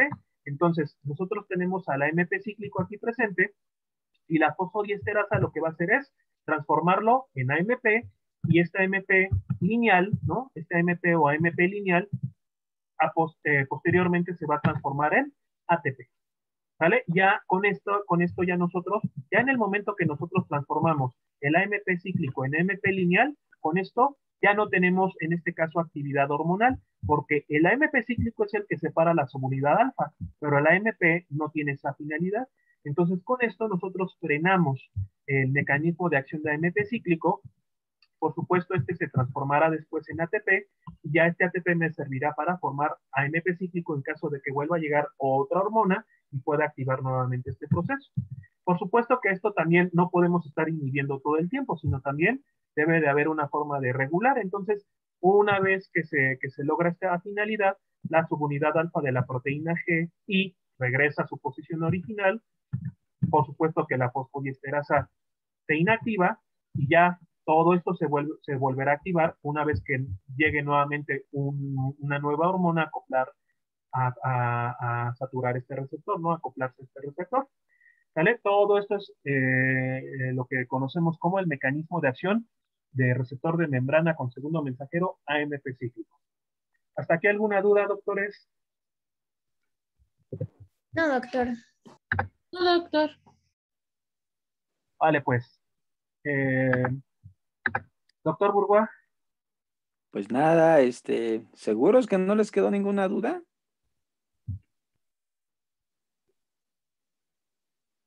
Doctor, yo solo para reafirmar, entonces los efectos tempranos son los que están a nivel citosólico y ahí nos mencionó que era para sintetizar enzimas, ¿verdad? Que pues favorecieran como como los procesos de gluconeogénesis y creo que lipólisis, ¿no? Y en el que ya es de efecto hormonal como tal, que es el tardío, ahí nos mencionó que era la síntesis de proteínas. Sí, es correcto, ¿verdad? Sí, sí, las proteínsinasas van a tener como funciones, además de activar moléculas como enzimas intracitoplasmáticas, también las proteínsinasas ya activadas, ¿no? La parte catalítica, perdón, va a tener la función de ser activador de factores de transcripción. Van a actuar como factores de transcripción. ¿Para qué?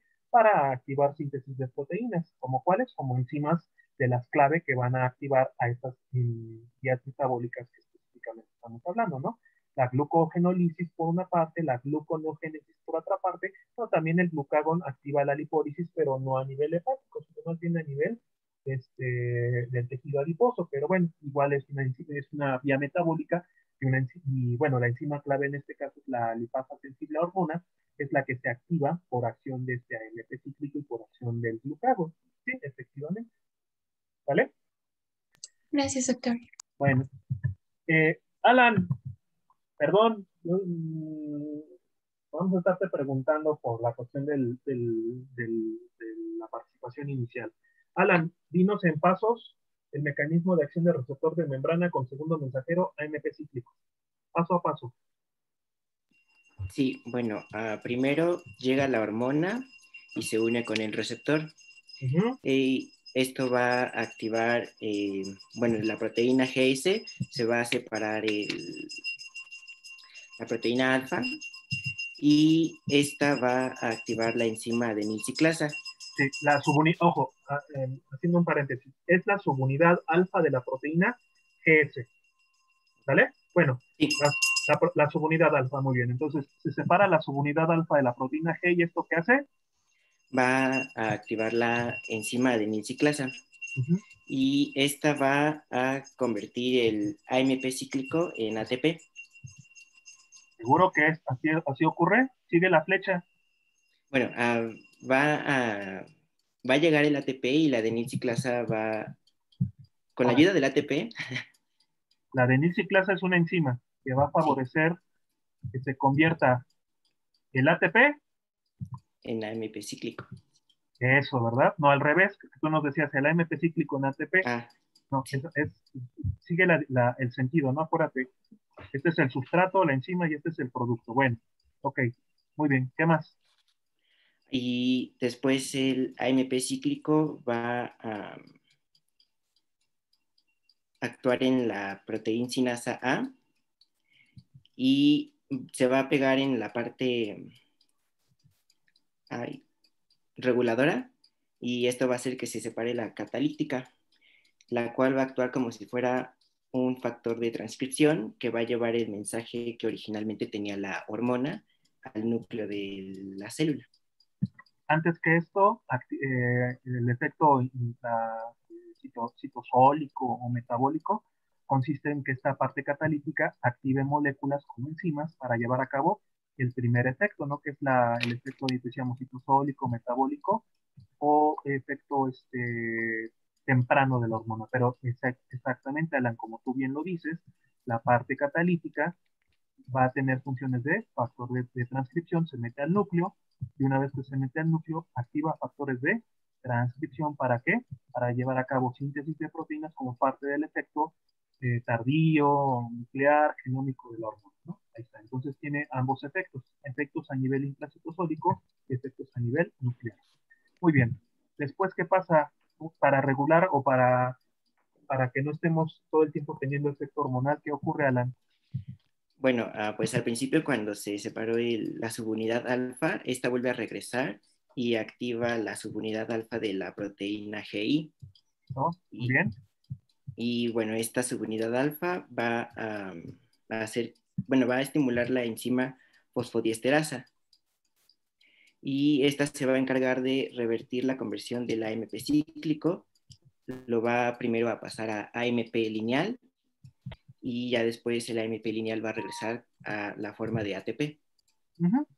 Muy bien, exactamente, excelente, Alan, así a grosso modo, muy bien, sí te quedó claro el asunto, muy bien. Digo, nos estamos apoyando con la animación para que te quede más claro, Alan, ¿sale? Entonces, esto es importante que tanto tú como todos los compañeros repasen todos estos pasos para que les quede mucho más claro. Hagan sus esquemas en sus cuadernos, muchachos, hagan esquemas para que les quede más claro este proceso. Obviamente el video lo pueden ver en repetición para qué, y los videos que les recomendamos, que prácticamente tienen el mismo contenido, vean los videos para que vayan repasando paso a paso, ¿no? Bueno, ya obviamente esto es adicional, lo que vamos a comentar, que bueno, ya una vez que la fosfodiesterasa revierte la conversión de AMP cíclico en AMP lineal, pues para que se vuelva a dar otro nuevo efecto, pues igual la subunidad alfa de la proteína G regresa a su posición original, esto inactiva la fosfodiesterasa y bueno, cuando llega una nueva hormona, pues se lleva a cabo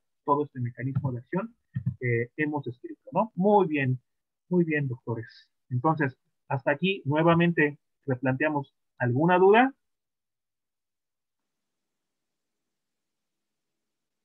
No, doctor.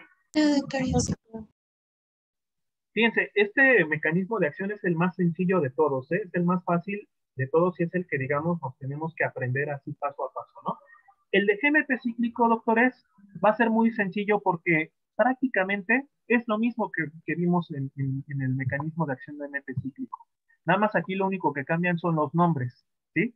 Van a cambiar los nombres y las letras, pero en esencia es lo mismo. Entonces, imaginemos que ahora vamos a poner como ejemplo a la hormona natriurética. No estamos en el riñón, estamos en una célula del riñón y vamos a poner a un receptor de hormona natriurética, sale a la hormona natriurética y el efecto de la natriurética es, pues, como dice su nombre, excretar natriuresis, natrium, sodio, uresis es excretar, es lo contrario a la antidiurética, ¿no? Entonces, la natriurética va a favorecer la excreción de sodio por la orina. Entonces, nuevamente tengo a mi receptor, tengo a mi proteína, en este caso, fíjense ahora la proteína que vamos a mencionar, la proteína G es la proteína G o G0, algunos le llaman. Bueno, fíjense muy bien, entonces llega la hormona natriurética, ¿sí? Se acopla al receptor de membrana, y esto ¿qué va a provocar? Va a provocar el desprendimiento de la subunidad alfa de esta proteína G, la cual va a favorecer que se active una enzima llamada guadenilciclasa o guanilatociclasa. Así como en el AMP cíclico vimos adenilciclasa o adenilatociclasa, en GMP cíclico vemos una guadenilciclasa o guanilatociclasa también se le llama. Entonces, esta enzima va a ser activada por acción de esta subunidad alfa de la proteína G. Entonces, nuevamente, se moviliza la subunidad alfa de la proteína G, lo cual favorece que se active esta enzima, y esta enzima va a tener acción sobre ¿quién?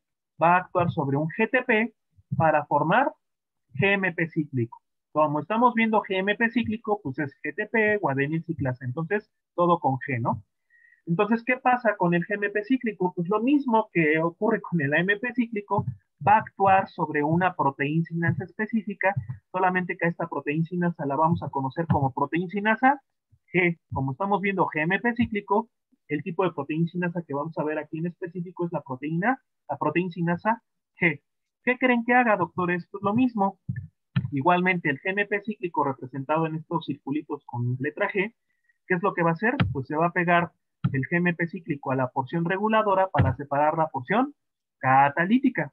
¿Para qué? Para que la porción catalítica de inicio active proteínas intracelulares, enzimas y demás, para que en este caso se lleve a cabo el primer efecto de la hormona, que es el efecto citosólico temprano, metabólico de la misma hormona, ¿no? Activación de proteínas intracelulares, pero también la parte catalítica va a actuar como un factor de transcripción. ¿Para qué? Para que en este caso se active la síntesis de proteínas que se requieran para la finalidad de la hormona natriurética como parte del efecto nuclear, genómico, tardío de la hormona, ¿no? Entonces, en conjunto, tanto el efecto citosólico como el efecto nuclear, ¿cuál va a ser, qué van a tener como objetivo si estamos hablando de la natriurética? Pues a lo mejor activar las bombas sodio-potasio TPasa, activar proteínas, canales, activar proteínas que sirvan como canales de electrolitos para permitir la salida de sodio a través de la orina y por lo tanto favorecer la natriuresis, ¿vale? Entonces, si yo me acoplo como hormona en mi receptor, pues lo que voy a estar llevando a cabo es natriuresis, natriuresis, natriuresis, natriuresis, pero yo lo que no quiero es mantener una natriuresis perpetua, no quiero estar excrete y excrete sodio en la orina, sino yo de alguna forma, como hormona, quiero llevar a cabo mi efecto, pero una vez que lo logré, quiero ahora frenar este asunto. Entonces, ¿de qué manera lo vamos a hacer? Pues lo vamos a hacer de una forma similar a lo que hicimos con el mecanismo de acción de AMP cíclico, ¿vale? Entonces, ¿qué pasa? Ya una vez que se logró el efecto, la subunidad alfa de la proteína G regresa a su posición original. Esto, por supuesto, hace que se inactive la enzima guadenilciclasa, pero a su vez esto va a provocar que se movilice automáticamente una vez que regresa la subunidad alfa de la proteína G, va a hacer que otra proteína GI que está cercana se movilice su subunidad alfa para activar nuevamente ¿a quién? A la fosfodiesterasa, la cual una vez que se desplaza la subunidad alfa de la proteína GI, va a provocar que esta fosfodiesterasa se active, y esto lo que va a ocasionar es que el GMP cíclico se transforme en GMP de inicio y después en GTP, es decir, va a revertir la conversión de GMP cíclico en GTP, ¿no? En forma muy general. Y con esto nosotros revertimos el efecto de del mecanismo de acción del GNP cíclico. Por supuesto que más adelante, pues para que nuevamente se pueda la célula activar para un nuevo mecanismo de acción, pues por supuesto la subunidad alfa de la proteína GI tiene que regresar para que la fosfodiesterasa ya no se mantenga activa y por supuesto cuando llegue una nueva hormona natriurética pueda desencadenar todo este mecanismo de acción que ya hemos hablado. Regresándome un poquito sobre este asunto, que esto es muy importante, doctores, sobre la cuestión de la fosfodiesterasa. Vean que la fosfodiesterasa, cuando se activa por la subunidad alfa de la proteína GI, revierte la conversión de GMP cíclico en GTP, ¿no? Bueno, primero en GMP y después en GTP. ¿Por qué es importante esto y por qué me detengo particularmente en esto, muchachos? Porque resulta que existen fármacos que pueden inhibir a la enzima fosfodiesterasa con el objetivo de que se mantenga el GNP cíclico activo y que esto ayude a que se siga manteniendo un efecto de la hormona. Si en lugar de mencionar a la natriurética y mencionáramos al óxido nítrico, el óxido nítrico que más que nada es un gas, el óxido nítrico también actúa por mecanismo de acción de GNP cíclico, doctores. Esto lo mencionábamos en la clasificación. ¿Por qué menciono el óxido nítrico? Porque el óxido nítrico es un gas, pero es un potente vasodilatador.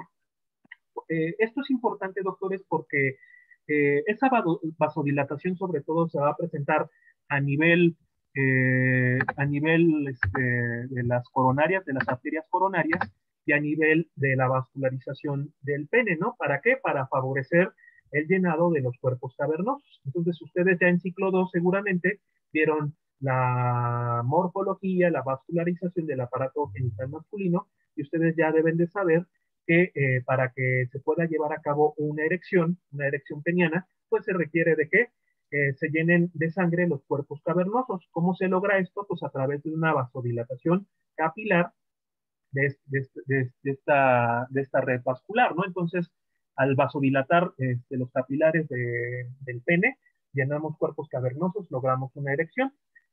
Esto obviamente no va a ser de manera perfecta, sino se va a realizar de forma fisiológica, ¿no? Es decir, va a tener un inicio y va a tener un fin. ¿Y cómo lo hace el óxido? ¿Y cómo lo hace, o cómo es que se logra esto? ¿Cómo es que se logra esta vasodilatación y este llenado de cuerpos cavernosos? Pues se hace a través del óxido nítrico como un potente vasodilatador.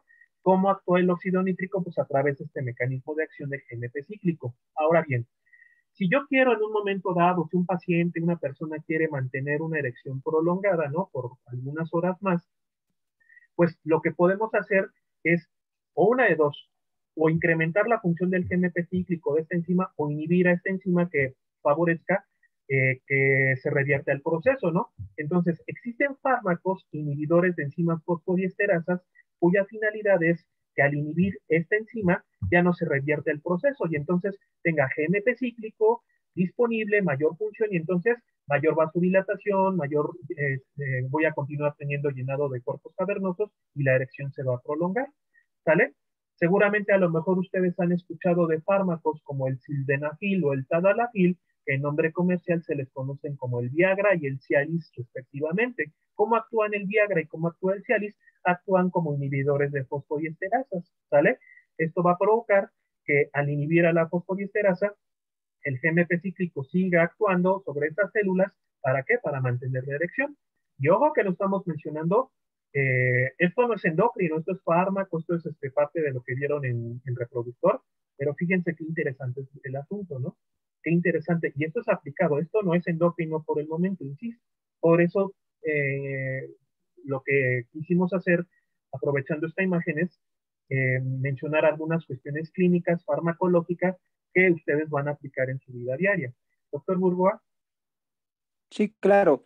Este tipo de mecanismo se da pues ahí a nivel de músculos cavernosos y pues se identificó que la fosfodiesterasa, nada que ver con el efecto hormonal, como dice el doctor Campos, al bloquearla, pues perpetuaba el efecto y por eso fue que empezaron a utilizar este tipo de fármacos. En un principio, cuando recién salieron las sales, el Viagra en específico, no era tan selectivo para la fosfodiesterasa 5 y por eso es que generaba algunos efectos adversos, incluso hay como de tipo daltónico, pero después empezaron a refinar más las sales y aparecieron el verdenafil, sildenafil, tadalafil, que eran ya más selectivos para la fosfodiesterasa 5 y bueno, pues son fármacos que actualmente se utilizan para la disfunción eréctil.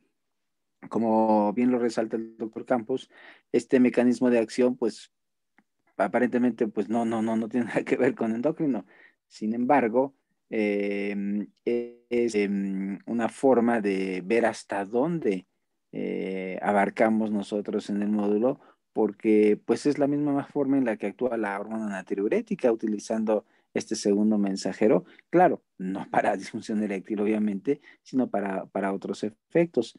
Y si ahondáramos más en esto y nos fuéramos un poco más a patologías, pues pueden existir, incluso a lo mejor hasta lo leyeron, enfermedades como la tosferina o el cólera, en donde por efecto de estas toxinas no se desprende la parte alfa de la proteína inhibidora o no regresa, no permite que regrese la parte alfa de la estimuladora y todos estos procesos van a generar que el problema en cuestión se esté perpetuando. En el caso del cólera, pues que haya diarrea, diarrea, diarrea, diarrea, y no se puede parar porque no puede actuar la fosfodiesterasa.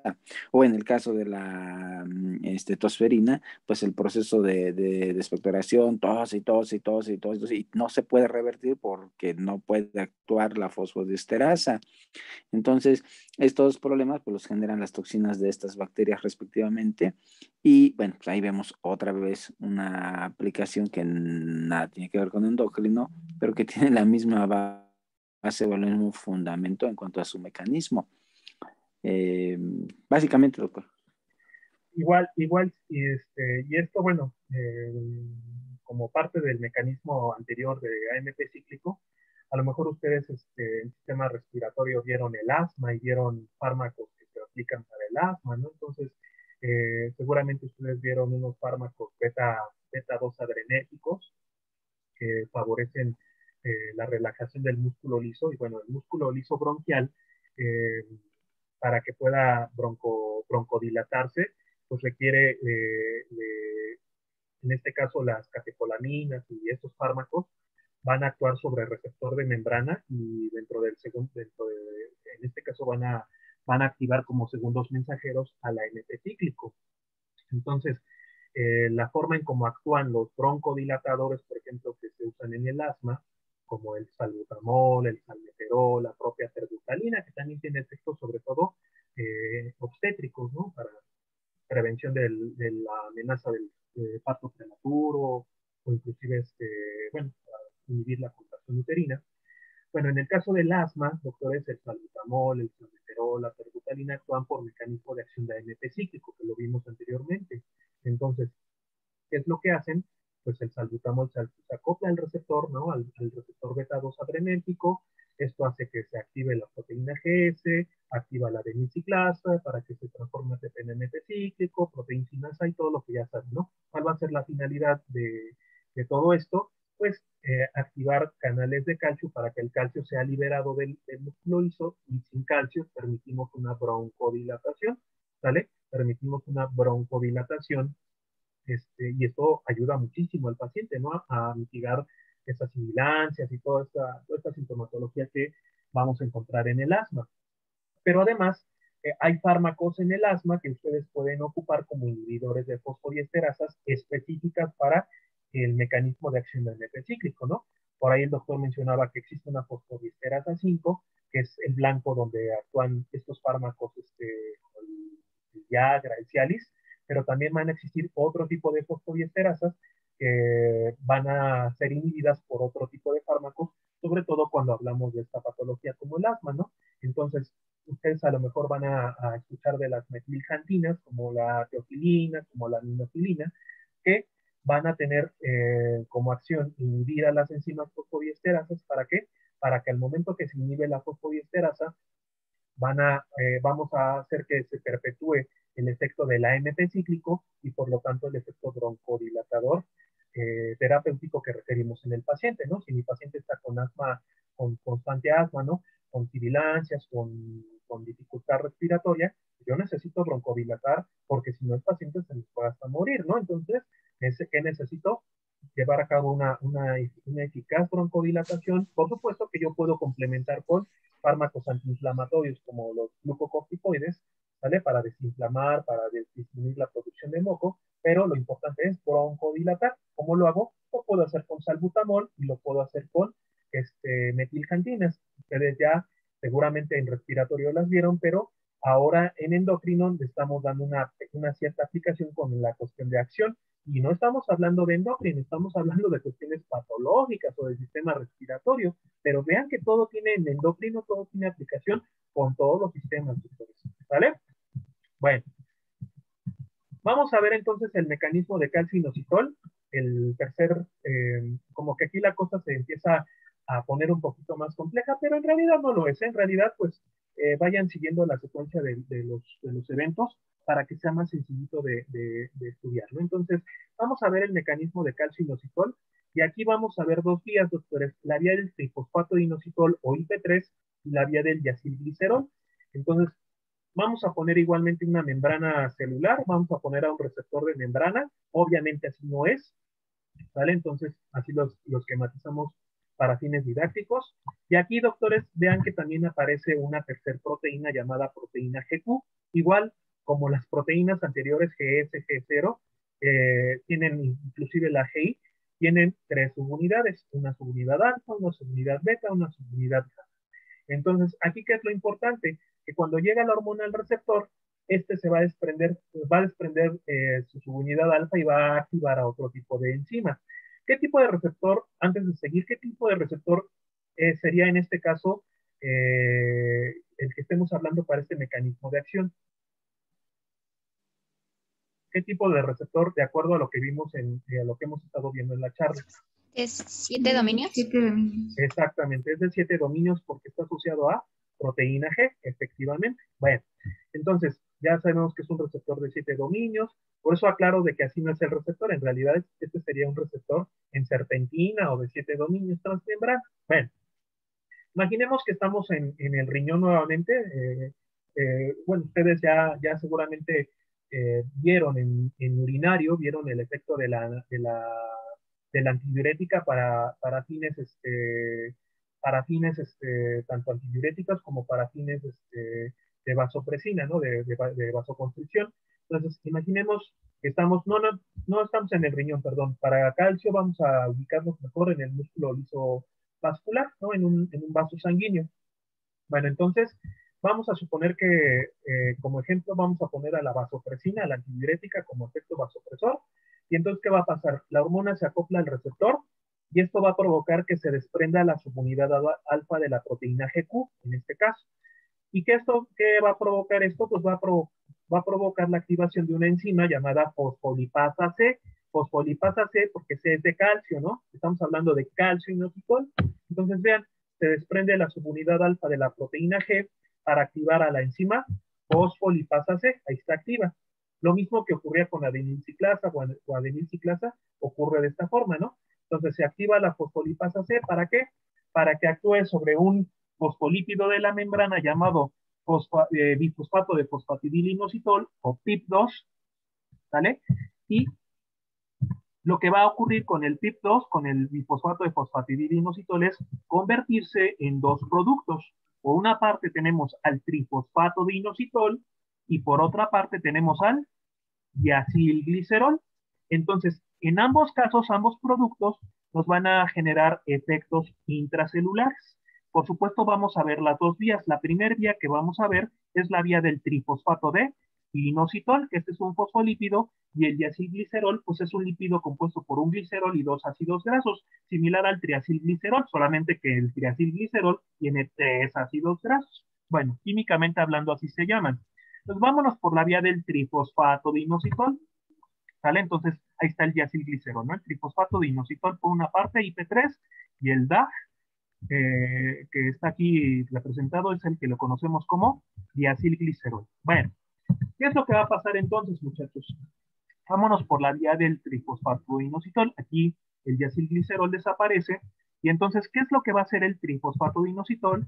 Pues lo que va a hacer es actuar sobre los calciosomas, sobre los organelos que tengan la propiedad de almacenar calcio, como la mitocondria, como el retículo endoplásmico liso, y entonces el IP3, el trifosfato de inositol, lo que va a hacer es extraer este calcio de los calciosomas, del interior del calciosoma, hacia el citoplasma. Ahí está. Entonces, ahí está el trifosfato de inositol, extrae el calcio de los calciosomas, y este calcio, ya una vez que está en el citoplasma, se va a unir a una molécula de calmodulina, una proteína en la cual vamos a tener espacios, ¿no? Vamos a tener aquí en representado 4 espacios, los cuales se va a acoplar el calcio a la calmodulina. Ahí está. Entonces, una vez que el calcio se acopla a la calmodulina, se forma el llamado complejo calcio-calmodulina, y la calmodulina ya unida con el calcio va a tener la misma función que tenía el AMP cíclico y el GMP cíclico. ¿Qué va a hacer?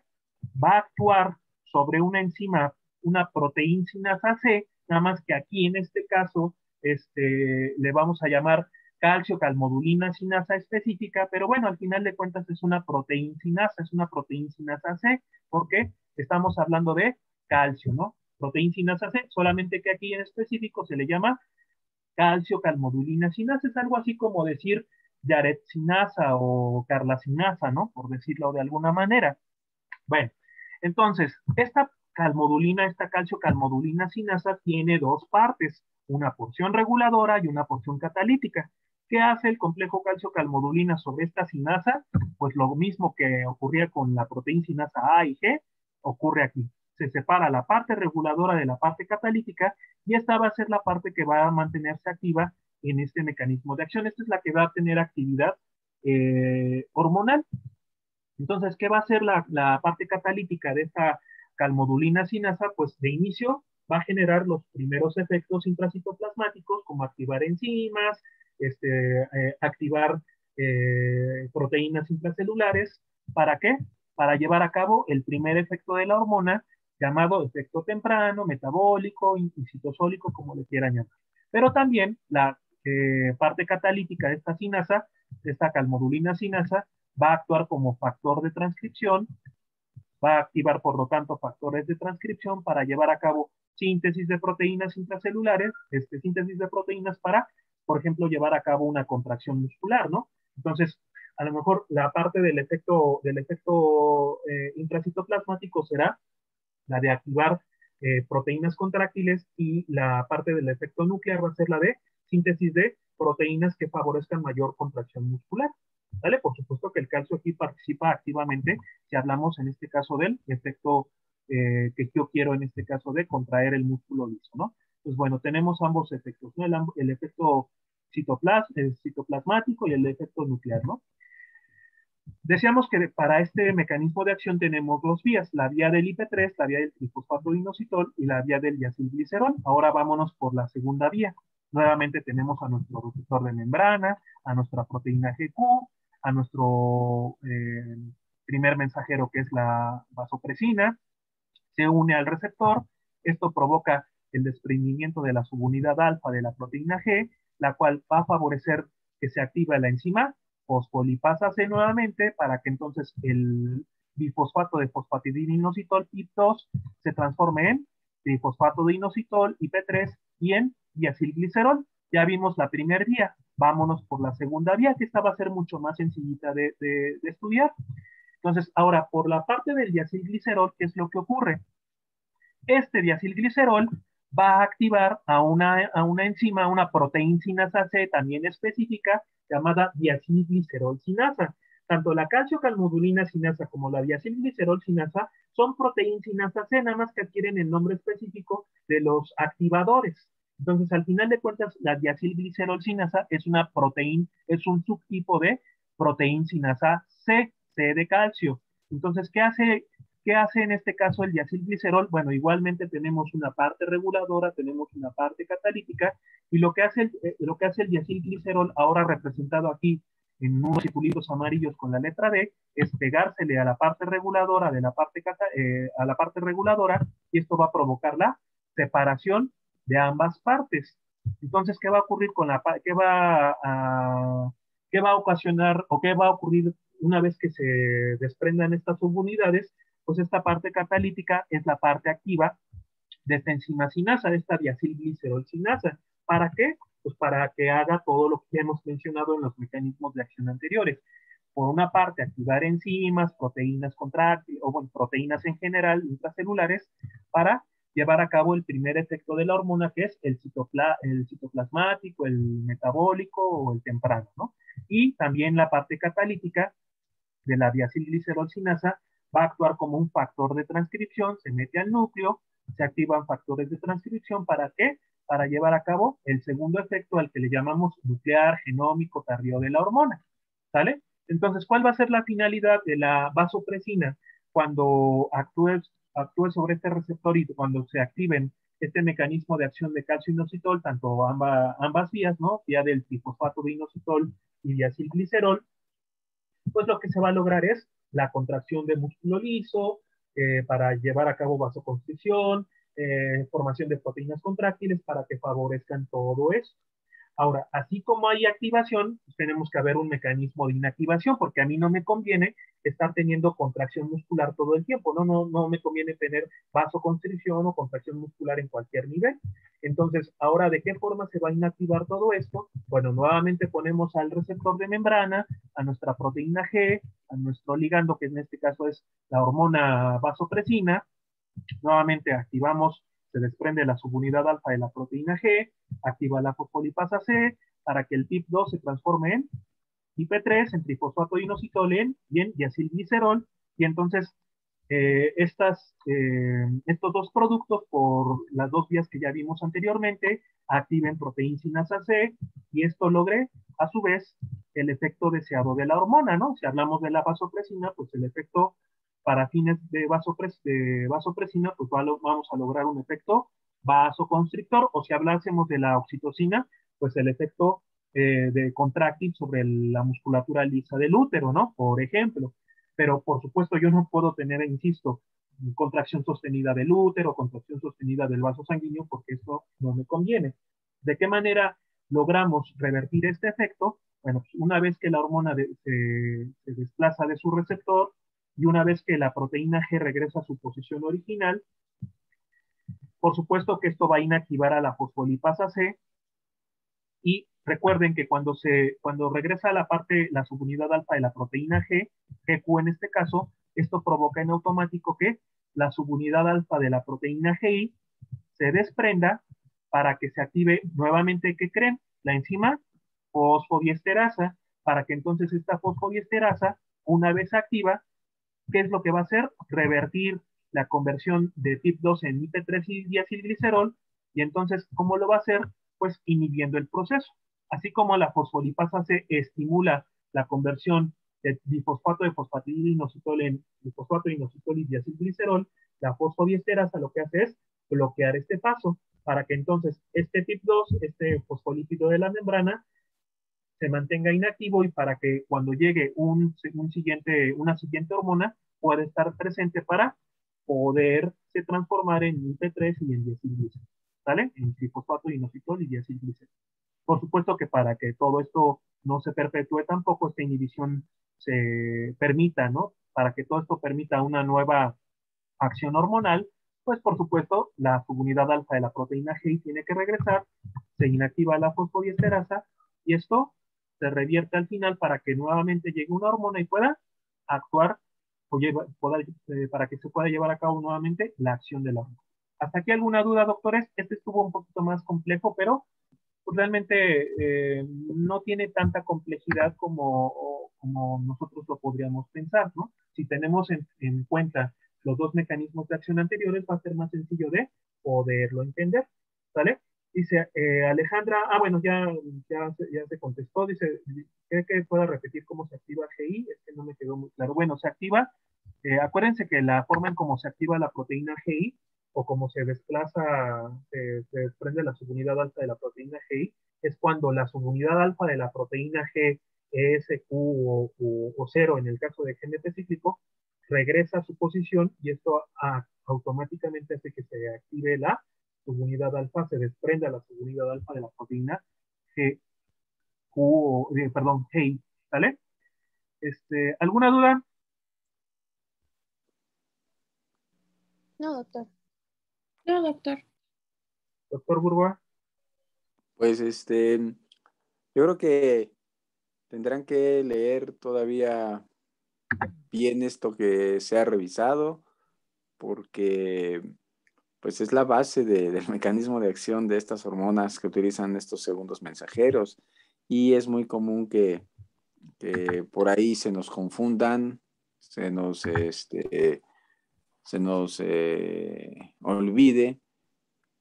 Por favor, repásenlo bien para que lo tengan presente. Ujú. Muy bien. Nada más, doctor. Ok, ¿continuamos con sinasas o aquí le paramos? Pues yo creo que mejor le paramos, ¿no? Porque ya les dimos mucha información, ya les diste bastante información para que lo puedan repasar. Y este mecanismo, porque es, yo creo que un poquito más complejo, para que no lo saturemos ya hoy. Ahorita llevamos ya 2 horas y media. Sí, estoy de acuerdo.